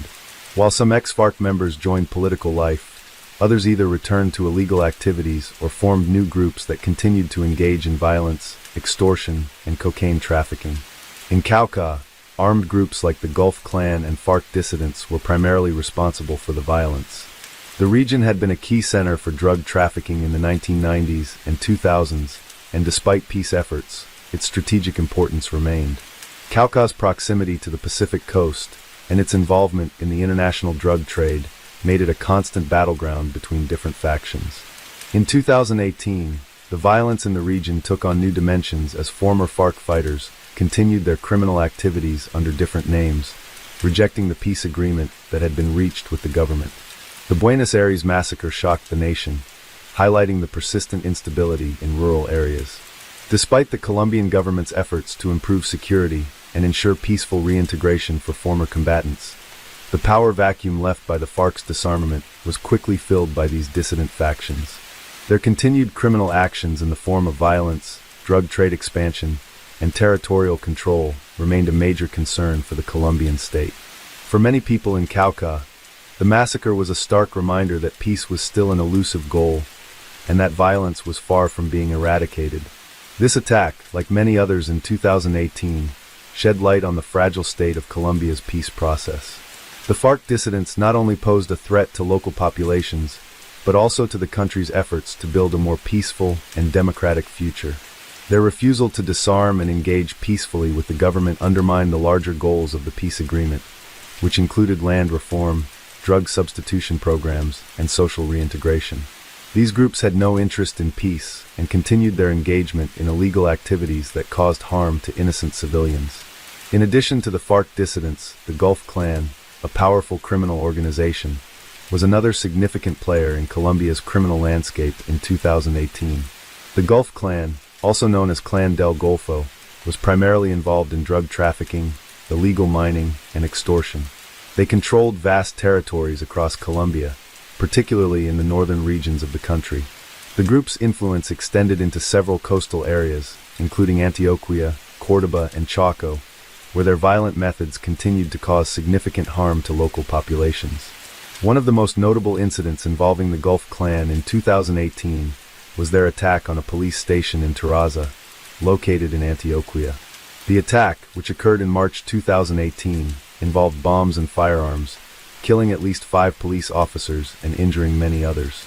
This assault was a reminder of the Gulf Clan's power and its ability to strike at the heart of law enforcement efforts. The attack was seen as a direct challenge to the government's authority and efforts to restore peace in the region. This was part of a broader campaign by the Gulf Clan to assert their dominance over the drug trafficking routes and illegal mining operations they controlled. The Gulf Clan's power was largely built on the drug trade, specifically cocaine. They were involved in every aspect of the cocaine business, from coca cultivation to processing and transporting the drug to international markets. Their control over key routes meant that the group had significant influence over the flow of illegal drugs, not only within Colombia, but also to destinations in North America and Europe. This made them one of the most dangerous and influential criminal organizations in the country. Despite Colombia's counter-narcotics strategies, which included military raids, the Gulf Clan's influence seemed to grow in some regions. The military and police regularly conducted operations against the group, leading to numerous arrests, seizures of drugs, and even the capture of some high-ranking members. However, these actions were often met with retaliation, as demonstrated in the Tarraza attack. The Gulf Clan's brutality made it difficult for local communities to live in peace, as they were often forced to pay extortion fees or risk violence. The Gulf Clan was not the only criminal group responsible for violence in 2018.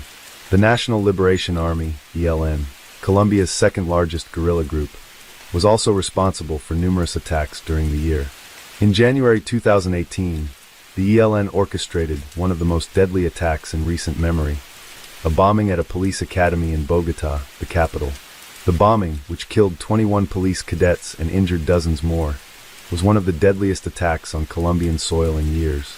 The ELN had been in negotiations with the government for peace, but their violent tactics were a clear sign that they were not ready to abandon their insurgent strategies. The bombing was a direct attempt to disrupt the peace talks and to show the government and the public that the ELN was still a potent force. The attack shocked the entire nation and led to widespread condemnation, not only of the ELN, but also of the peace negotiations that seemed to be faltering. The bombing was seen as a significant setback in Colombia's efforts to achieve peace after decades of internal conflict. The ELN had been in negotiations with the government for peace, but their violent tactics were a clear sign that they were not ready to abandon their insurgent strategies. The bombing was a direct attempt to disrupt the peace talks and to show the government and the public that the ELN was still a potent force. The attack shocked the entire nation and led to widespread condemnation, not only of the ELN, but also of the peace negotiations that seemed to be faltering. The bombing was seen as a significant setback in Colombia's efforts to achieve peace after decades of internal conflict. The violence in 2018 was not limited to attacks by organized criminal groups. The year also saw a rise in the killings of social leaders and human rights defenders, particularly in rural and conflict-affected areas. These leaders, who had taken up the cause of land rights, human rights, and environmental protection, were increasingly targeted by armed groups who sought to suppress any opposition to their control over territories. These murders were particularly high in regions like Cauca, Chaco, and Nariño, where criminal organizations competed for control over natural resources and drug trafficking routes. The killings of social leaders highlighted the extent to which Colombia still struggled to protect vulnerable populations in conflict zones. In conclusion, 2018 was a year that continued to expose the fragility of Colombia's peace process and the persistent power of criminal organizations in the country. The violence caused by dissident FARC groups, the Gulf Clan, the ELN, and other armed factions continued to destabilize large parts of the country, particularly in rural areas where the state's presence was weak. The massacres, attacks on law enforcement, and killings of social leaders were stark reminders of the challenges Colombia faced in its efforts to build a peaceful and stable nation. As the year came to an end, it became evident that the fight for peace in Colombia was far from over, and the country would need to address not only the remnants of its armed conflict, but also the deep-rooted issues of inequality, drug trafficking, and criminal impunity. Let's jump to next story. Story 9. In 2018, Colombia faced a variety of criminal incidents, with some of the most notable events being related to drug cartels, armed groups, and political violence. One of the most significant criminal cases in that year occurred when the Colombian authorities disrupted a large drug trafficking network. The case involved an underground operation that spanned multiple countries, with the primary aim of smuggling cocaine into the United States and Europe. The criminal organization behind the operation had been active for several years, but its activities reached their peak in 2018. They were involved in not only drug trafficking, but also extortion, money laundering, and several acts of violence, especially targeting those who attempted to report their activities or those who were seen as obstacles to their operations. The operation was discovered when several key members of the cartel were captured in an elaborate raid by Colombian authorities. Intelligence gathered from informants, as well as surveillance, had been key in pinpointing the cartel's activities. The criminals used a network of legitimate businesses to launder the proceeds of their drug trade, making it difficult for authorities to track them for so long. They also had strong ties to several international criminal groups, including cartels in Mexico and Venezuela, which facilitated the global distribution of cocaine. One of the most remarkable aspects of this case was the extent of the cartel's influence. They had control over entire regions in Colombia, where they operated with impunity, using fear and intimidation to silence anyone who threatened to expose them. The authorities began investigating the cartel after a series of violent incidents took place in the rural areas of Colombia. Farmers and local communities were often caught in the crossfire, either coerced into growing coca plants or forced to collaborate with the cartel under threat of death. The cartel's violence was not limited to Colombia. In some instances, their influence extended beyond the borders, particularly into the United States and Europe. Authorities discovered that they were responsible for moving large quantities of cocaine through Caribbean routes, which involved sophisticated methods of concealment, such as using commercial cargo shipments.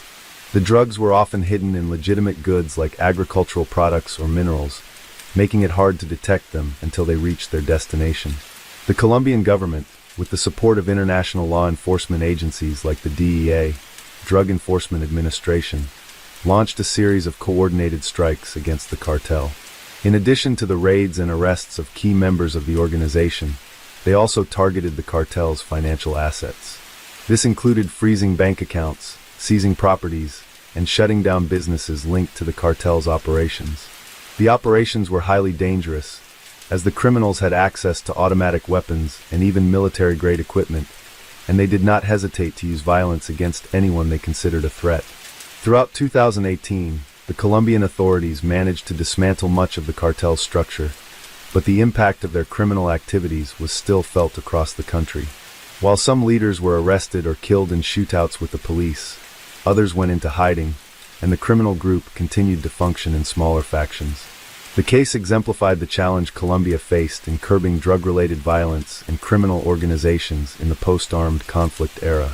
The case also brought attention to the broader issue of Colombia's struggle with narco-trafficking, which has plagued the country for decades.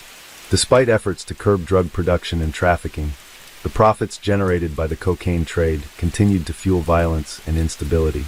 This criminal case served as a reminder of the deep-rooted challenges that still remained in Colombia, even after the peace agreements signed in recent years. As the case unfolded, the Colombian government faced increasing pressure from both local and international communities to bring a halt to the widespread influence of criminal organizations. These cartels, like the one disrupted in 2018, not only impacted the nation's security, but also posed a severe threat to the economy and the well-being of the civilian population. Many Colombians, particularly those in rural areas, were directly affected by the cartel's grip on their lives. Communities living in coca-growing regions often faced violent coercion to cultivate coca plants, with little choice but to comply for fear of retribution.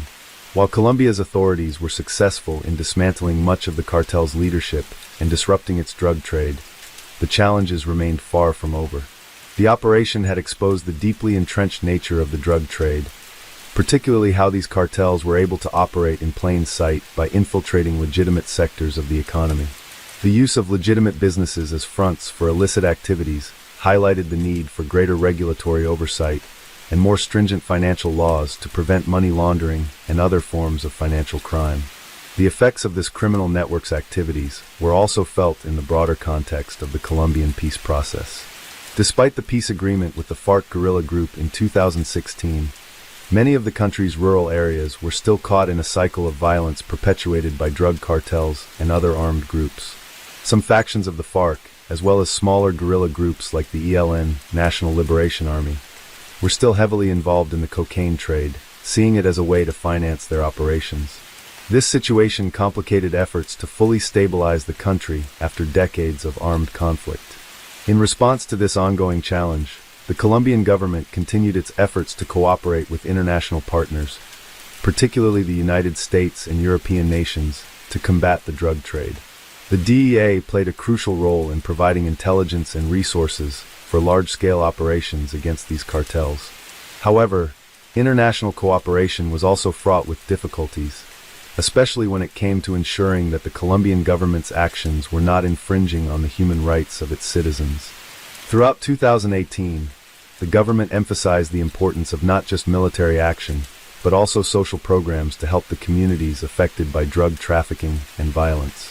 Many government officials argued that unless the underlying socio-economic issues were addressed, such as poverty, lack of education, and unemployment, criminal organizations would continue to exploit vulnerable populations. The Colombian government started to invest more in rural development projects, aimed at providing alternatives to coca farming and offering former guerrillas and cartel members opportunities to reintegrate into society. As the year came to a close, the scale of the cartel's operations and their international reach had become more evident than ever. The case served as a stark reminder of the complex nature of the drug trade and how its impact ripples across borders, affecting not only Colombia but also the rest of the world. Despite some successes, the case also underscored the challenge of maintaining control in a country where drug cartels had established such a deep-rooted presence. Law enforcement agencies could arrest cartel leaders, seize assets, and disrupt drug shipments, but they struggled to fully dismantle the networks that fueled the cocaine trade. The Colombian people remained hopeful that, with continued domestic and international cooperation, the country would eventually overcome the grip of criminal organizations. But as the case in 2018 demonstrated, the fight against narco-trafficking and organized crime was far from over. In fact, it was clear that new challenges were emerging, including the rise of smaller but still dangerous criminal groups seeking to fill the void left by larger cartels. It would require long-term efforts and a multifaceted approach to ensure that Colombia could move past its violent past and build a future free from the dominance of criminal organizations. The case in 2018 also highlighted the importance of addressing the root causes of violence and crime, including the social, economic, and political factors that allowed cartels to thrive. It became clear that any long-lasting solution would need to combine law enforcement with robust social reform, international collaboration, and a sustained effort to undermine the financial power that made these criminal organizations so dangerous. The battle was not just against drugs or armed groups. It was a fight for the future stability of Colombia. Let's jump to next story. Story 10.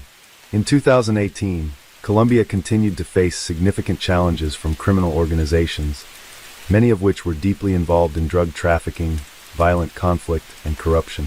One of the most notable and tragic criminal events in Colombia during this period was the assassination of social leaders and activists across the country. These killings were not isolated, but part of a larger pattern of violence that had been escalating since the signing of the 2016 peace agreement between the Colombian government and the Revolutionary Armed Forces of Colombia, FARC.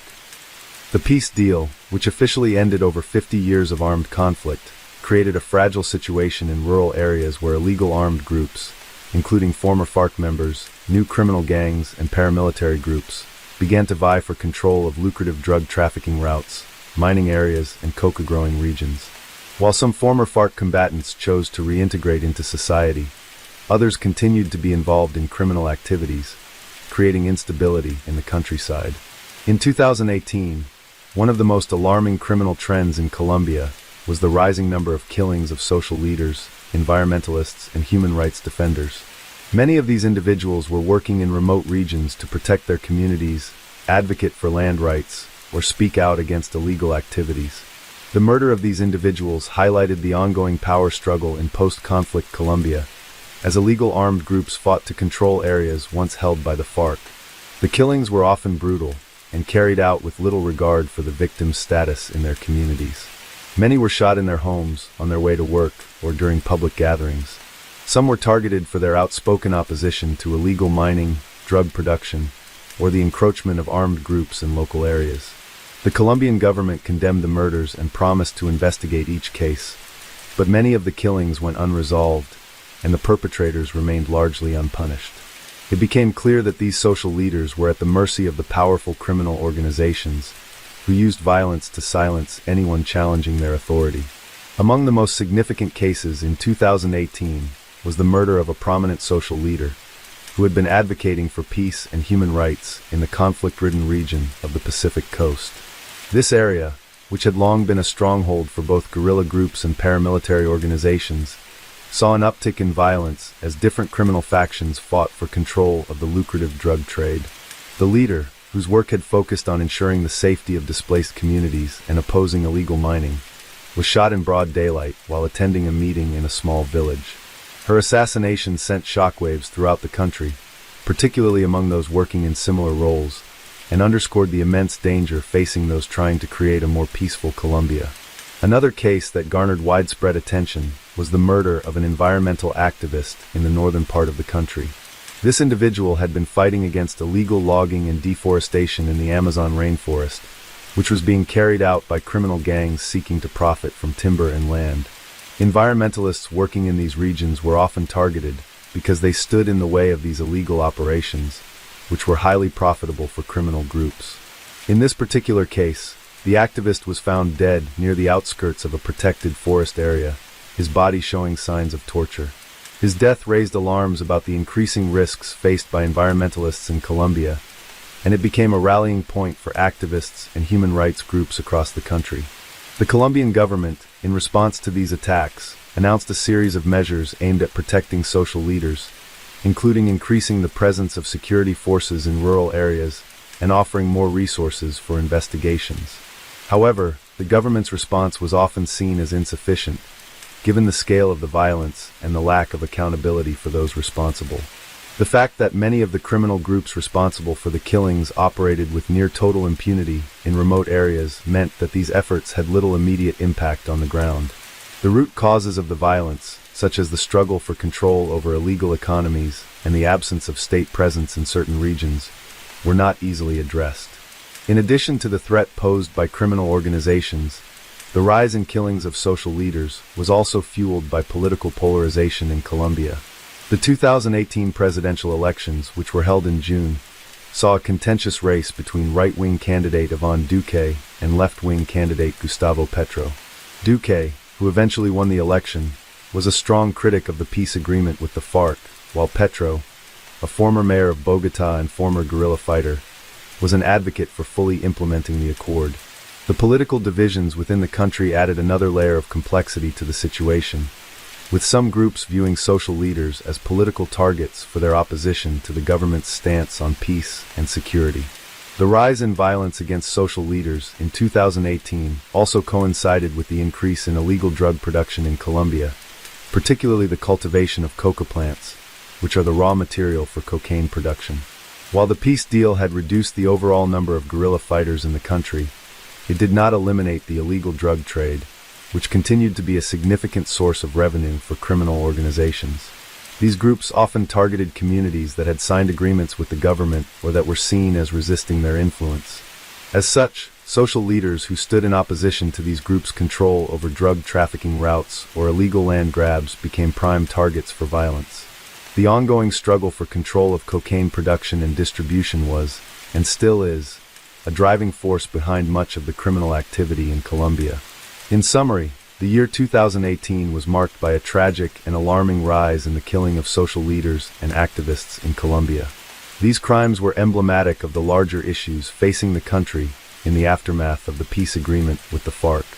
While the peace deal had brought an end to formal armed conflict, the criminal organizations that had long profited from the illegal drug trade and other illicit activities continued to operate with devastating consequences. Social leaders working for peace, land rights, and environmental protection found themselves in the crosshairs of these criminal groups, making their work incredibly dangerous. Despite government efforts to address these killings, the inability to fully dismantle the criminal organizations and provide security in rural areas left these activists vulnerable, and their deaths highlighted the ongoing struggle Colombia faced in achieving lasting peace. The rise in violence against social leaders, activists, and community defenders in 2018 also revealed the complex nature of the post-conflict environment in Colombia. While the peace agreement signed in 2016 had officially ended over 5 decades of fighting between the government and the FARC, it was clear that the country's deep-rooted issues were far from resolved. The power vacuum left by the FARC's demobilization had created fertile ground for other armed groups and criminal organizations to gain strength and expand their influence. This was particularly evident in the rural areas of Colombia, where state presence remained weak and the illegal economies continued to thrive. The government's efforts to restore peace and order to these regions were hindered by a combination of factors. Corruption within local authorities, the vast terrain that was difficult for security forces to patrol, and the deep mistrust between rural communities and the government all contributed to the instability. Furthermore, many of these areas were still heavily reliant on the illicit coca trade, which continued to fuel violence and criminal activity. Armed groups, including the ELN, National Liberation Army, paramilitary factions, and smaller criminal organizations, fought to control these profitable territories, often using violence to assert dominance and intimidate local populations. Despite these challenges, the Colombian government did make efforts to address the wave of killings. The establishment of a special protection program for social leaders, the deployment of additional security forces to conflict zones, and the creation of task forces to investigate the murders were some of the steps taken.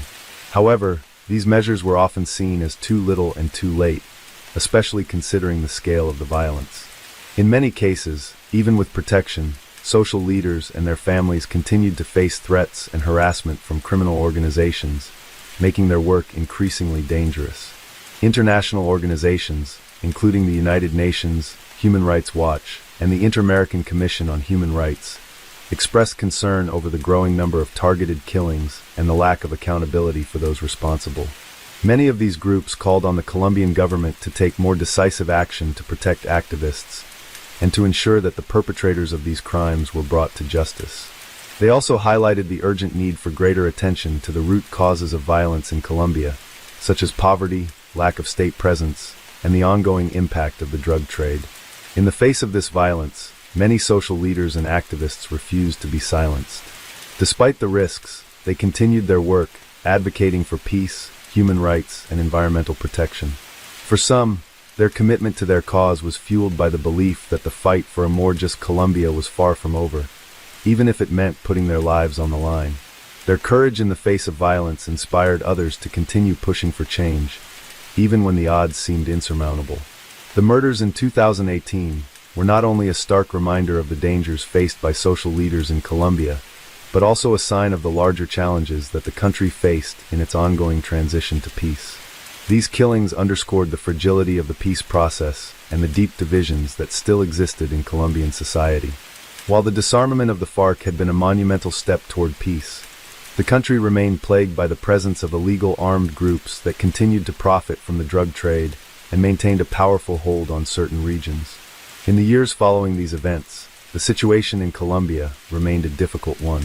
While the government continued to push for peace and reconciliation, the power of the criminal organizations and their control over lucrative drug routes and resources continued to undermine stability. The targeted killings of social leaders and activists were a stark reminder that the struggle for peace and justice in Colombia was far from over, and that true peace could only be achieved if the underlying issues of violence, inequality, and corruption were addressed. By the end of 2018, while some criminal groups had been weakened and leaders arrested, the situation remained highly volatile.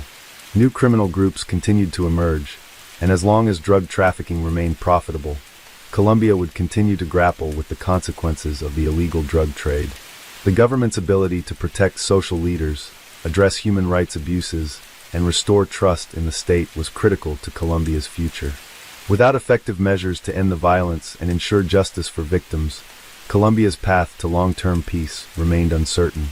Ultimately, the case of targeted killings in 2018 was a tragic reminder of the struggles faced by many in Colombia's post-conflict era.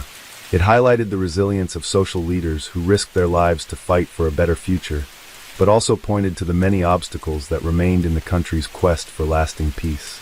Addressing these issues would require more than just government action. It would require a collective effort to build a more inclusive, peaceful, and just society.